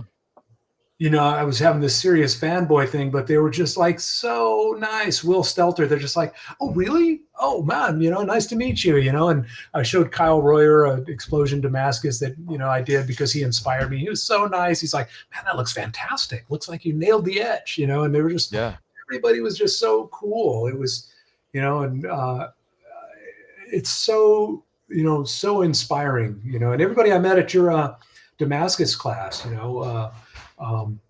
Dan from 66 Mountain Knives and Gabe. Yep. Gosh, who else? Ben Butcher. Ben Butcher, yeah. Oh, Ben Butcher, really cool guy. Who's the guy? South Bay Forge Works. Oh, South Bay, my buddy Brett Childers. Brett, so cool. Yeah, such a nice guy. Everybody there was nice. The guys from Israel that were there. Yeah.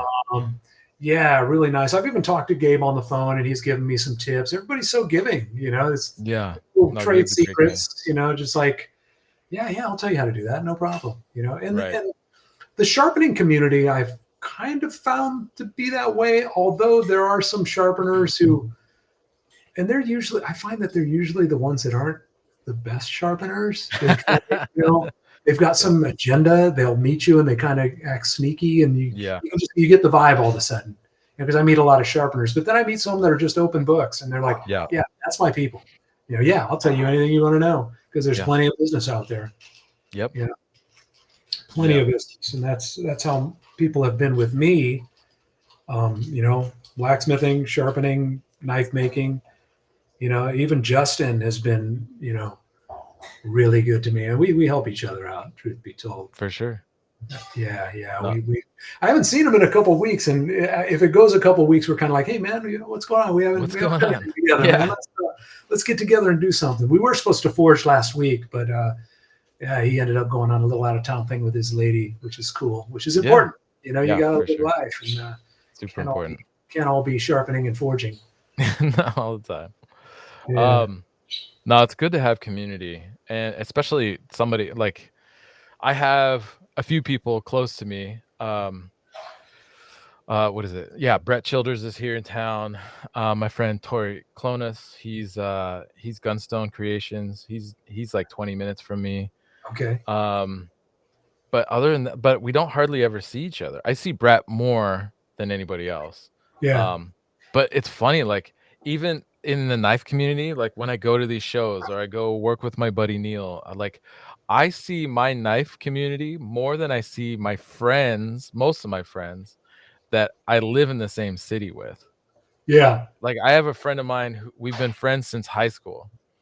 I see Neil Kamimura more often than I see him, and I see Neil once a year. A couple of my oldest friends I will see at this man camp thing, but that's when I see them, kind of, you Yeah, know. And I'm actually trying to correct that a little bit, trying to sure. take a little more time to do things with my buddies. Um, but yeah, and in fact, back to community. So Justin and I and Rick, that was at the class, Right. um, we this like spring started to get together on the regular and try to forge things together. Like and we were talking about it for a long time, and then it was kind of like, okay, let's do this. Okay, what are we going to do? Well, we could do this, we could do that. And somebody, I think it might have been Rick, came up with the idea of, hey, let's each forge a piece of Damascus, and then we'll combine them together, Oh yeah, and sure. we'll come up with a billet big enough, and then we make 3 knives out of it. Yeah. Oh yeah, it's a great idea, you know. And we've done that twice so far. They've finished all of theirs the 2 times they've done it. The Yeah. first one we did together was a really cool feather, and I forged it too thin, and I'm trying to figure out if it's even savable. It Oh, might I be got like you. an integral pairing knife here pretty soon, because it's I got you. like warped at about 2 inches out. Oh Severe. no. I cannot bring it back. It's too Yeah. thin. And then the second one I've got almost ready for heat treat, and that one's a pretty cool one too. But we made a point of getting together, and we kind of plan it out, and then we're going to be over here forging, and then then we finish them on our own, but we have a meal together, and just and that's been pretty cool. And it's kind of fallen off in the summer because of people's plans, but Right, right. I think we'll definitely get back to it. And it was very enriching, Hell yeah. very enriching, just beyond making the knives together. I just work a lot slower than they do. Yeah. So, No, that's fair. I think yeah. that's totally fine. I got 7 or 8 knives out there that are not quite finished. I probably have about 40 of them laying around the shop. No, it's fine. Yeah. Thankfully it's not, I'm not relying on it to pay the rent. So Yeah. yeah. I wanted to ask you, so one of the things I noticed when you're sharpening, or not when you sharpen, just like was something I guess I run into or was running into when I first started offering the service and was doing the markets, was like Mhm. I had the pricing structure broken down to like it costs so much an inch, and then additional stuff like serrations Yeah. or repairs and all this stuff cost extra. But when I was at the market, there were like when somebody would drop off a knife, a lot of time was being spent talking to the people about the knives. And so I got rid of all like the add-on prices and stuff, and I just kind of built them into my actual price. So I just charge a flat price per Yeah. inch, and that builds in the cost for repair. And just about every knife needs some kind of repair anyways. And so I just have it built into the price. And I'm curious what your structure looks like, because more than anything, like it, I hate again, I hate sales. And so then I feel like it feels like I'm trying to upsell somebody or something like that. I don't want to do that. Yeah. And so I just charge them a flat rate, and it's kind of like an 8-inch knife will be $20. But at the same, which feels like a lot, but at the same time, when it's a knife that they've had for years and they want to have for another 20, 30 years, Yeah. $20 for a proper sharpening and reforming of the edge, and accounting for the bolster and all that kind of stuff. Yeah. Especially the ones that go down to the edge. Like Yeah. that definitely takes time. And Yep. yeah, so I'd be curious like your take on Yeah. that kind of Yeah. pricing stuff. Yeah. That's definitely a way to do it. And it definitely simplifies things. There's a couple ways I think to think about it. Sure. Because I definitely appreciate what you're saying about having to explain all that. Yeah. And so, how do I answer this? So there's a couple thoughts I have on it. Yeah. That's true. So you have to have something really simple to say. Yeah. That covers that. And people, I think my experience has been that people feel like it's a pretty good bargain. Yeah. So it definitely simplifies things. But so what I usually say, if they've sharpened with me before, they know the pricing. And if I haven't discussed repairs with somebody, I go, hey, I repaired this knife. It had a reverse bow here. I brought the bolster in a little bit, on the heavy bolstered, like Wusthof Chef. Brought the bolster in, so it's got the correct geometry. Now it's going to meet the cutting board at every point, and it's going to perform correctly. This Yeah. knife doesn't need that because it's not used that way. This paring knife, the paring knife's got a little bit of a whoop-de-doo in it. Yeah. It's not critical until it looks really Right. ugly. So I say, if they ask about pricing, or if I say, have you sharpened with me before? No. I say, well, okay, it's $1.25 an inch. Minimum charge of $7.50 for standard knives, $1.75 an inch for serrated knives, minimum charge of $10.50. So 6 inches or under falls in both those categories. I don't explain I got that, you. but I say the price part, there will be a small charge for any needed repairs. Yeah. And they usually go, okay. And then I explain the repairs when they come back. If I see one, obviously, and I've got the time, I'll say, this has got a really bad reverse bow. It's not cutting correctly. It's probably not cutting from here to here on the cutting board. So I'm going to fix that for you. It's going to be $8 to repair that. Okay. So my other thought on when you do a flat fee is that essentially your customers with the messed up knives are subsidizing, or your customers with the good knives are subsidizing the customers with the messed up knives. Sure. That's one way to think about it. But it definitely does simplify it, and that's fine. It's totally fine if you want to do it that way, because it's still a pretty good bargain for what you're doing, and most people are going to think that way. Yeah. Good sharpening is not cheap, and cheap sharpening is not good. I do some posts where whenever, I've done it a few times when I'll get some knives and they bring them to me in these sleeves from one of the grocery stores that says free sharpening on it. Yeah.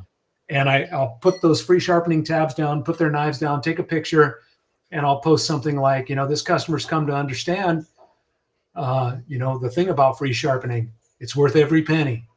Yeah. It's worth every penny of that free. Nothing. Yeah. In fact, your knives are going to get messed up because it's usually like an F-Dick pull-through grinder, that just scrapes the blade away at a somewhat reasonable bevel, and it's sharp enough to cut you and your food, but it probably put a reverse bow 99 times out of 100 will put a reverse bow on your forged knife. And if you do it 2 or 3 times, I get tons of knives with those free sharpening, and they're happy to pay me. Yeah. Or I get knives from a butcher that works in the kitchen that does those free knife sharpening, and they go, I don't use that machine on these knives. Right. And they can do it for free on the job, while they're getting paid. Yeah. But they'll take the time to come see me and sharpen them. Yeah. What is it? I had a friend who they're like, because I sharpened some knives for them, and like, how do I maintain this? Like, do those pull through sharpeners work? And I was like, no, because my conspiracy theory is that those were invented to destroy knives faster, so that people have to reinvest and buy new knives, because unless they can get an experienced sharpener to come in and especially if they have a full bolster down to the edge, you're going to have a giant dip there that's never going to get fixed. And I see those at like secondhand stores and vintage shops. But one of the things that I told them that was really the biggest issue, or another big issue with those pull-through sharpeners, is that when I sharpen a knife, the abrasive is, whether it's with a stone or with a belt, the abrasive is moving perpendicular to the edge, right? And you're creating these micro serrations. But with a pull-through sharpener, you're not creating those. You might get a couple jigs, but what you're doing is you're creating a monotooth kind of foil along that edge, and you lack those serrations. And because you lack those serrations, it might cut for a little bit, but then it's not going to cut again, and then you got to use it again, and then it's just like this downward spiral, this negative cycle that just keeps destroying the knife more and more. So I don't know if it could be part of their theory. It's just going to, that's just because I have a conspiratorial mind sometimes about things. Sure. Who knows? But those are terrible. They are generally terrible. But maybe it was an answer to the fact that knife sharpeners just kind of went away, and I don't know. I don't know. But there's a lot of ways to price your sharpening, and whatever works for you that's fine. Sure. And I will say, actually, something I do that I didn't mention earlier. So, some knives, like you said, like if I'm charging the same price for everybody, then some of them are being subsidized essentially. Mhm. And so one of the things I'll do is I'll pull like a couple inches off of an order. So if it's an 8-inch knife, if it's an easy sharpen, then I'll say it's like a 7-inch or an 8-inch or a Yeah. 6-inch knife or something like that.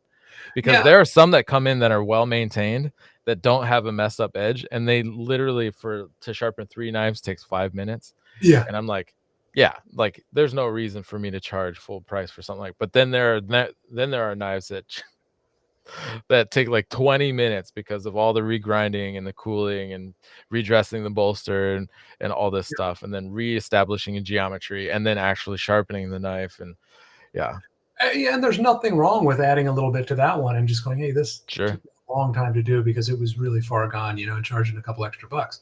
Yeah, Or yeah, and I like to do things for, my customers that come back repeatedly. sure. You since I sell knives, I always have the $4 paring knives on the truck, and I have the peelers that I sell to restaurants, and Yeah, some other little things, sometimes stickers. Sometimes I'll throw some of those in there and just go, hey, here's a paring knife for you. Or, I was doing a thing recently where I got these knife rolls. They're wax canvas knife rolls. oh yeah, And, if you sharpen 5 or more, you get one, oh and I keep coming back, people carry it and bring their knives back in that. And for they're, sure. they're embroidered with my logo. And, Yeah, um, there's a lot of things you can do, to reward your customers. Or yeah, if it was a really easy sharpen, just go, hey, I only charge you this much this time. sure. Sometimes for really repeat customers, I'll do that. Hey, you know what, $20 this time. You come back here, I see you twice a year. Have a great day. Yeah, It's good to see you. It was nice absolutely. to see you today. Whatever. Well, and it creates goodwill. Again, you're encouraging that relationship that they have with you, Yeah. as their sharpening guy. Or And if you're selling retail knives, sometimes I'll give somebody a killer deal. yeah, I'm thinking about a new knife, and I go, you know what? I've got one that I've been using in my bag here that I was trying out. It's a really great Santoku. It's normally like $200. And I'll knock it down close to cost for them. Just go, you're a good customer. Here, sure. I'll give it to you for that much. Really? Yeah, yeah. Yeah, And it's really not any skin off my nose. I mean, I probably sold it to him for a couple bucks over what I paid, or maybe down to cost. But right. I tried it out. I learned a little bit about it, and they're a good customer, and I'll probably get that back in goodwill. For So, sure. Heck yeah, get that back in business. So, or whatever. Yeah. Goodwill, business, whichever. I'll take it. Yeah.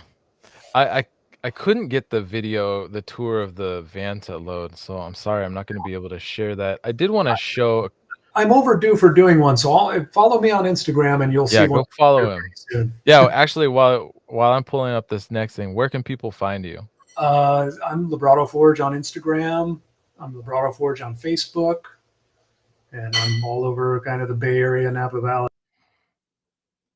sharpening in Sacramento. So And people can yeah, sign up for text messaging libratoforge.com. with you if they wanna know more about where you're gonna be in sharpening? Yeah, through my website, you can send in a contact. Yeah, you I can got send you. in a contact. Just make sure you put your phone Yep. number in there for Text that. notifications, I Excuse guess me, that's I what didn't that's mean called, to huh? talk over you. Yeah, and the texts come out for each location, for each. It's for the I got farmers you. markets, basically. Yeah, and then my calendar is on the website, and the markets that I do and stuff like that. All right, I dug through your Instagram and I found this. You can kind of see the veranda out back there. This is Oh, you working in your shop space outside your house, or along the side of your house. You got a yeah, TW90, nice machine, it's a great machine. yep. But you can see the veranda out there. It looks like full on professional, like Japanese construction. It's so cool.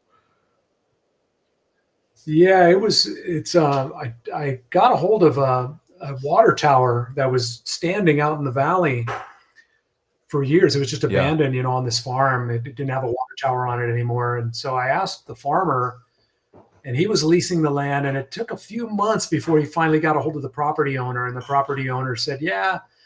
and I bought it for like Oh, wow. $300, and me and my brother tore it down. It was like 8x8 redwood Oh, beams, like wow. 20-foot monster, Yeah, old growth that's redwood. incredible. And when I started designing it, it was like a major hassle through the city because Sure. it was all reclaimed wood. I had to get an engineer to Right. sign off on the wood, and I was looking for a couple beams because I wanted to use all the 8x8s, and I didn't have quite enough to build Okay. 4 trusses. I contacted a guy up in Mendocino, and he's like, "Oh yeah, I could get you a beam like that. It'd be like Whew. $3,500." I go, "For all of them?" He goes, "No, per beam." And I was like, "I needed like 3," and I was like, "Well, Yeah, that's not wow. happening." And I was like, "Well, downside is I don't have enough to do the project, and I won't be able to do the project. Upside is I got a gold mine where Yeah, this old growth yeah, wood for $300, you know." And I've still got a couple beams out in the yard yeah, that didn't go into the project, but yeah, but it's gorgeous. I mean, they're massive beams, and I had to hire a crane to lift them up. And luckily, a few friends were really instrumental on that. Which, you know, in life, it's like my mother-in-law again. My yeah. mother-in-law, who was my buddy, um, used to say, when you give Mm, good, you get good. She was she I think she had like a 4th or 5th okay. grade education, Yeah, maybe born in Mexico. She was so wise, and my parents were really, really, as I said before, really informed my a lot of things I learned. I guess I try to pay attention when people seem like they sure. know what they're talking about, but she would say things like that. And so I found through life, when I've come into difficult situations or I wanted to achieve something, uh, you know, like my friend Tim says, these unknown Right. hands will show up. When your intentions are correct, in life, the right Right. people will find you, and the angels will find you and lift you up, and you'll get there. So on that patio veranda cover, and I started on it, and one of my buddies came, and I had to drill because I didn't want to go through this outdoor kitchen I had to drill 12-foot deep piers. They were like 20 inches in diameter. And one of my Yeah. buddies happened to have a Bobcat with a big boring drill, and he helped me bore those Whoa. holes. Yeah, piers, and I had to fill them with a cage and concrete. Right. What they Yeah, yeah, wanted. yeah. It totally ran me through the ringer of the city. Then another buddy of mine built trusses for a living, and he helped me build the trusses right here in the backyard. And he had Right. all the tools to do the holes right, and cut all the corbels, the decorative corbels that we did. Yeah. Another buddy of mine was a retired roofer, and he taught me how to do those cap and pan tile roofs. He's like, do Yeah. this, and he was teaching me how to do all that. His wife wouldn't let him get on the roof anymore because that's a long story. So, Sure. so he was directing me from the ground. Now do this. Uh, No, yeah. okay. Now you got to do this. Um, and my brother-in-law, even Marcus, who's a fascinating guy. He was a welder by trade, and used to weld on live fuel tanks. I guess they call it hot work, where you're working on Oh, geez. lines that you welding on lines that have fuel in them and tanks that have fuel in them. Holy crap. Yeah. And he's like, it's no big deal if you know what you're doing, But he's Oh like, my God. he's an artist. He's an artist and a mechanical genius, and he's the kind of guy that he gets into something, like he got into beekeeping, and he Yeah. does deep dives, and he was all about Sure. beekeeping for years. Well, I had these massive beams that had to go up on top of the two main beams that had to go on top of the pillars after I had the pillars in place. Yeah. Stone pillars with an iron inside of them with a webbing on top for the beams, and they were Yeah. like 8 by 14-inch Douglas fir beams that were 24 feet long. So these Okay. things weighed, I don't know what they weighed, A 1,000 ton? pounds, a ton, I don't Yeah. know. And so we had a crew over here trying to lift them up there with some cribbing and stuff, and it was looking like an accident was going to happen. Yeah. And it's getting late at night, and he's like, okay, I'm shutting this down. Everybody go home. And he goes, I'll figure it out. I'll be back tomorrow. And I'm like going, what? Where's it? We got these guys here tonight. What are we going to do? Yeah. I couldn't sleep that night. Well, he shows up the next morning, and he's got like a bunch of iron, a bunch of come-along jacks, an epoxy acetylene torch, some pipes, And he goes, okay, I got it all figured out. And he starts cutting all these things and notching these things and putting pipes together. And he goes, Wow. what we're going to do is we're going to use these come along jacks, and we're going to pull one end up here, and then we're going to lift it up here, and we're going to have to go back and forth and set the cribbing up here, and it's going to work. And I'm going, I don't see it. And it took us all day, but we were just like crank, crank, crank, move, move, move. Yeah. We moved those suckers up there, just me and him, you know. Wow. Oh, I'm still amazed by that. I've got a picture of it hanging on my wall of him up on top with the come along jack and a cowboy hat on. And, right. and he's an amazing guy. And, you know, I've been fortunate to have, so that, you know, it was a labor of many friends. You know, I didn't do that myself. There was a ton of people that really came together and helped me, but my life has been that way. And, you know, like I said, my brothers and even my sisters were very entrepreneurial, and we got that from my dad. And, you know, so, you know, at the end of the day, I'm pretty happy where I am and feel very fortunate. Oh, the alarm system's going off. The alarm system. She has 4 arch rivals, you know, 4 or 5 arch rivals. One of them is the UPS guy. Oh, yeah. UPS, Amazon, FedEx, you know, anybody who comes to the door. Sure. Cats. So she just goes off. But yeah, no, I've been very fortunate, and I would encourage anybody who's thinking about sharpening to give it a go. And I'm always willing to talk to people. I'd be happy to help anybody out. Sure. You know, just like being part of the knife community, everybody's helpful, and I'd be happy to help anybody out, even unless they're in my town. No, seriously, they're trying to steal my business. Yeah, no, I know other sharpeners in like the Sacramento area, and you know, there's plenty of work. Yeah, there's plenty of work. Even Absolutely. The guy who did the fortune table thing, he sharpens. Gabriel. Oh yeah. Yeah. He does some drop-off sharpening. Yeah. So, well, I appreciate you taking the time to let me ask you a bunch of questions, and it's been awesome hearing your story. I really love it so much. We do have one question from the Patreon audience, and if people are interested in being able to ask these artisans, these having that access is the really tricky part sometimes for people, and so being part of the Patreon at the illuminated individual level or higher gives you that opportunity to be able to get in there and ask questions during these live recordings to these unique makers.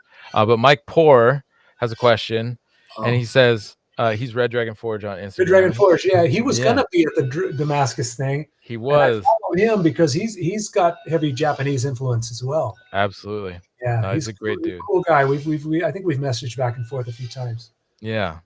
So he was wondering, what are the top 3 tips that sharpening taught you about making knives? Oh, that's a good one. I haven't really thought about that. The top 3 tips. Oh, well, thinner is better. Thinner is better. Yeah, thinner knives, because I remember the first few knives I made were really thick, as most knife makers. Sure. You know, even like I was thinking about Neil Kamamura. I remember watching this thing where I think you went to work with him, and he was like, "Thinner," and you're going, "Oh, thinner! Oh my gosh, how about that? Oh, thinner!" You know, thinner. Keep going. So thinner is better. You know, the quality of your metal is just paramount. You know, when you sharpen a knife that's just, you know, and granted, I don't knife shame people. Sure. But you know, you get these knives that are just you know, it's a $5 knife or something. Yeah. And I'll still sharpen a $5 knife. You know, sure. You know, you're still going to pay me $10 to sharpen a $5 8-inch. You know, but you can tell that the quality of the steel is just poor. So when, you know, taking that time with that heat treat and making sure you're using good quality steel, right? That's critical. Ergonomics is critical. Sometimes when you handle a knife just in sharpening, and sometimes, to be honest, I'll handle a knife that's not an expensive knife, and I go, I'll grab it and I'm sharpening because I'm just grabbing knives and sharpening, and I'll grab it and I'll go, whoa, that handle feels good. Yeah. And this is a funky little knife, but man, that handle feels nice. So ergonomics and handle design, Yeah. And how the person's going to hold it, how it's going to respond to them is key too. For sure. Sometimes form needs to follow function, Definitely. but it's both got to be there. It's got to look good, because sometimes you'll get a knife that looks really good. Like I think about so funny thing, my brother, when I first met Justin, I invited him out to a show where I was sharpening knives and I was selling some of my blacksmith art. This is before I really started making knives, and I really got into it and really was making decent knives. I probably had a couple cleavers there for sale. Sure. Because this was early on, and my brother bought his first Mosaic from him, and it was an expensive knife, and he had it for a while, and he was using it, and like one of his friends that was staying at the house ran it through the dishwasher, and he contacted, and this is only like last year, and my brother goes, hey, got some knives for you to sharpen, and then that knife that I bought from your friend Justin, he said a few things about it. He goes, yeah, this guy ran through the dishwasher. The handle looks like crap now. And I go, well, you know what? If you send it back, if you give it to me, I'll take it back to Justin, and some of the pattern had faded, Okay. Yeah. just through use. And I go, he'll give it what we call a spa day, and he'll, really? And I go, yeah. And so I took it and brought it back to Justin. When I brought it back to Justin, he's like, oh my God, look at this handle. It's like a 2x4. It was big. Because that's where he was at the time, And Yeah. strangely enough, a couple days later, a friend that I had gifted a knife to brought me her knife to sharpen. And it was the same story. I sent him a picture. I was like, hey, check it out. I got one too, And it was like this. It was octagon and it looked nice, but it was just a club, Right. compared. So yeah, that's why I kind of chuckled, because it's got to be ergonomic. It can look good, but it's got to feel good in the hand too. For sure. Yeah, that was one thing I still see every once in a while too. Somebody will send a knife back for a spa day, or I'll see a knife that I made a long time ago, and I'm just like, ugh, I want to change it so bad, but everybody insists. They're like, no, I'll change it. Yeah. So he did. He asked. He said, "Hey, ask your brother if I can redo this handle, reprofile it." And I go, okay, And he was, have him do whatever he wants. And so he was happy with the outcome. But yeah, that's a good question. Those are probably the three things that I learned about. I would recommend to makers. I guess you get to see a lot of really good knives, and you get to see a lot of really bad knives. Sure. Yeah. And you just go, wow, and you get people too that are like, I think I told you before, I've had people come to me and they have a paring knife and a utility knife, and they go, yeah, I do everything with this. Well, okay. Right. You do you, I'm not one to tell you that you need a chef's knife or sometimes people will say, hey, I need to buy a new set. I want to buy a whole block set. Do you sell those? And I go, no, I don't. I mean, I could definitely sell you all of those if you wanted, or you could just pick the ones you like. Yeah. Because really, you can do almost anything in the kitchen with a chef's knife. Yeah. But if you wanted two knives, then maybe a paring knife. If you eat a lot of bread, maybe a bread knife. If you do a lot of veggies, maybe a Santoku or a Nakiri. Sure. You might really like. And it depends on the person. Some people are really into it and want really nice knives, and some people are not. They just want something that's just going to do what they do. Right. Yep. No, I feel when they're not on DoorDash. I have a tendency to usually lean towards just a couple knives, and it's like a 8-inch, I guess in millimeters it would be like 210 to 220, which is about 8 1/4 to like whatever, I think 8 7/8 or something like that. And chef's knife, so an 8-inch to 9-inch chef's knife, sure, and then like a 4-inch 4-inch, 4-inch paring or maybe a 5-inch utility. Yeah. But otherwise, Yeah. Everybody's even slicing bread. But I don't do a lot of bread baking, and usually when I do, I don't. I actually I bake it so it has like the crust and it's all pretty and stuff. But yeah. then I usually bag it to soften the crust so it's Mm. easy to slice, and then I usually end up toasting it back up anyways for Yeah. breakfast or however I'm using it. Yeah. But yeah, a chef's knife can cut right through that, no problem. hmm Well, I'm convinced that probably 90, if people that have a block set, they probably use two or three of those knives Yep. almost all the time. Yep.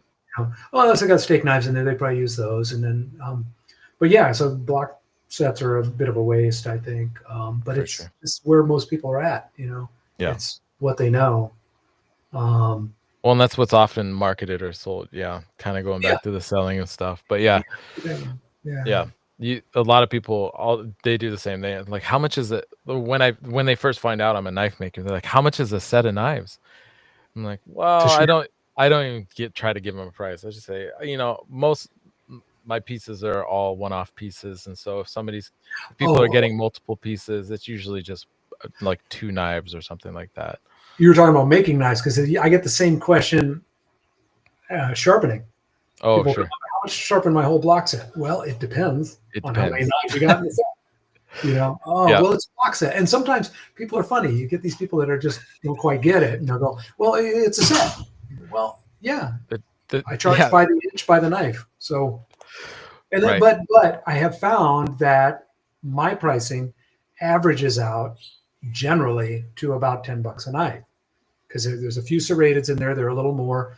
A few long ones. You can count on it's gonna be about $10 a knife. You bring me 10 knives, it's probably gonna be $100. Yep. You bring me 15 knives, probably gonna be 150. Could be a little more, could be a little less. Sure. Yeah, I think one of the most expensive orders I had was a big block set. And it's, that's the other silly thing about block sets. They can come in at 3 knives, or they could be fucking 16 knives. It just depends on what it is. Yeah, some of those Cutco knife sets are like they got like 30 knives on there or something. Yeah. It's just crazy. But I think it was like $180, almost $190 for this to have the set sharpened. Yeah. But they got everything. It's just serrated. The slicer, the giant slicers, chef's knives. They had like an 8-inch and a 10-inch chef's knife. They had a Santoku bread knife, slicing knife, and then a couple different utilities. Yeah, and then I think stuff, 8. Yeah, it was either 6 or 8 steak knives. Oh yeah. And when I see them and I do all this, I'm like, fuck, this is gonna be a lot. And then I'm always worried like this person's gonna be pissed, and everybody's just like so happy. Right.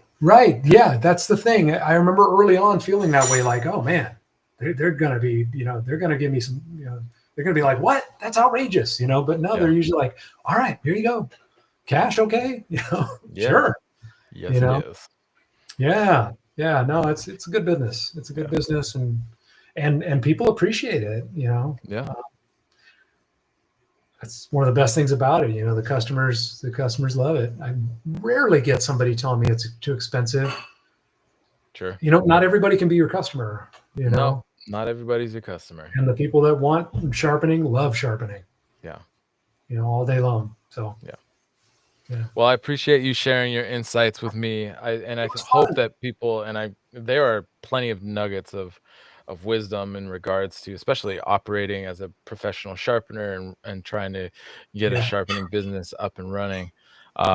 There's a lot of positive takeaway, I think a lot of knife makers would benefit from offering a sharpening service. And if you do a good job, I would happily, like, that's the thing. Like I don't know that many quality sharpeners.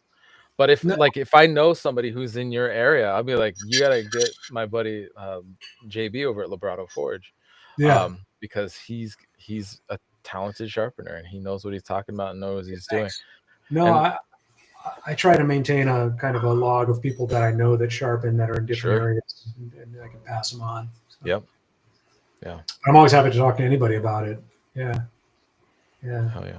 And if anybody in the knife world wants to reach out, I'll be happy to talk to you about sharpening and offer, any advice I can, any experience that might help you out.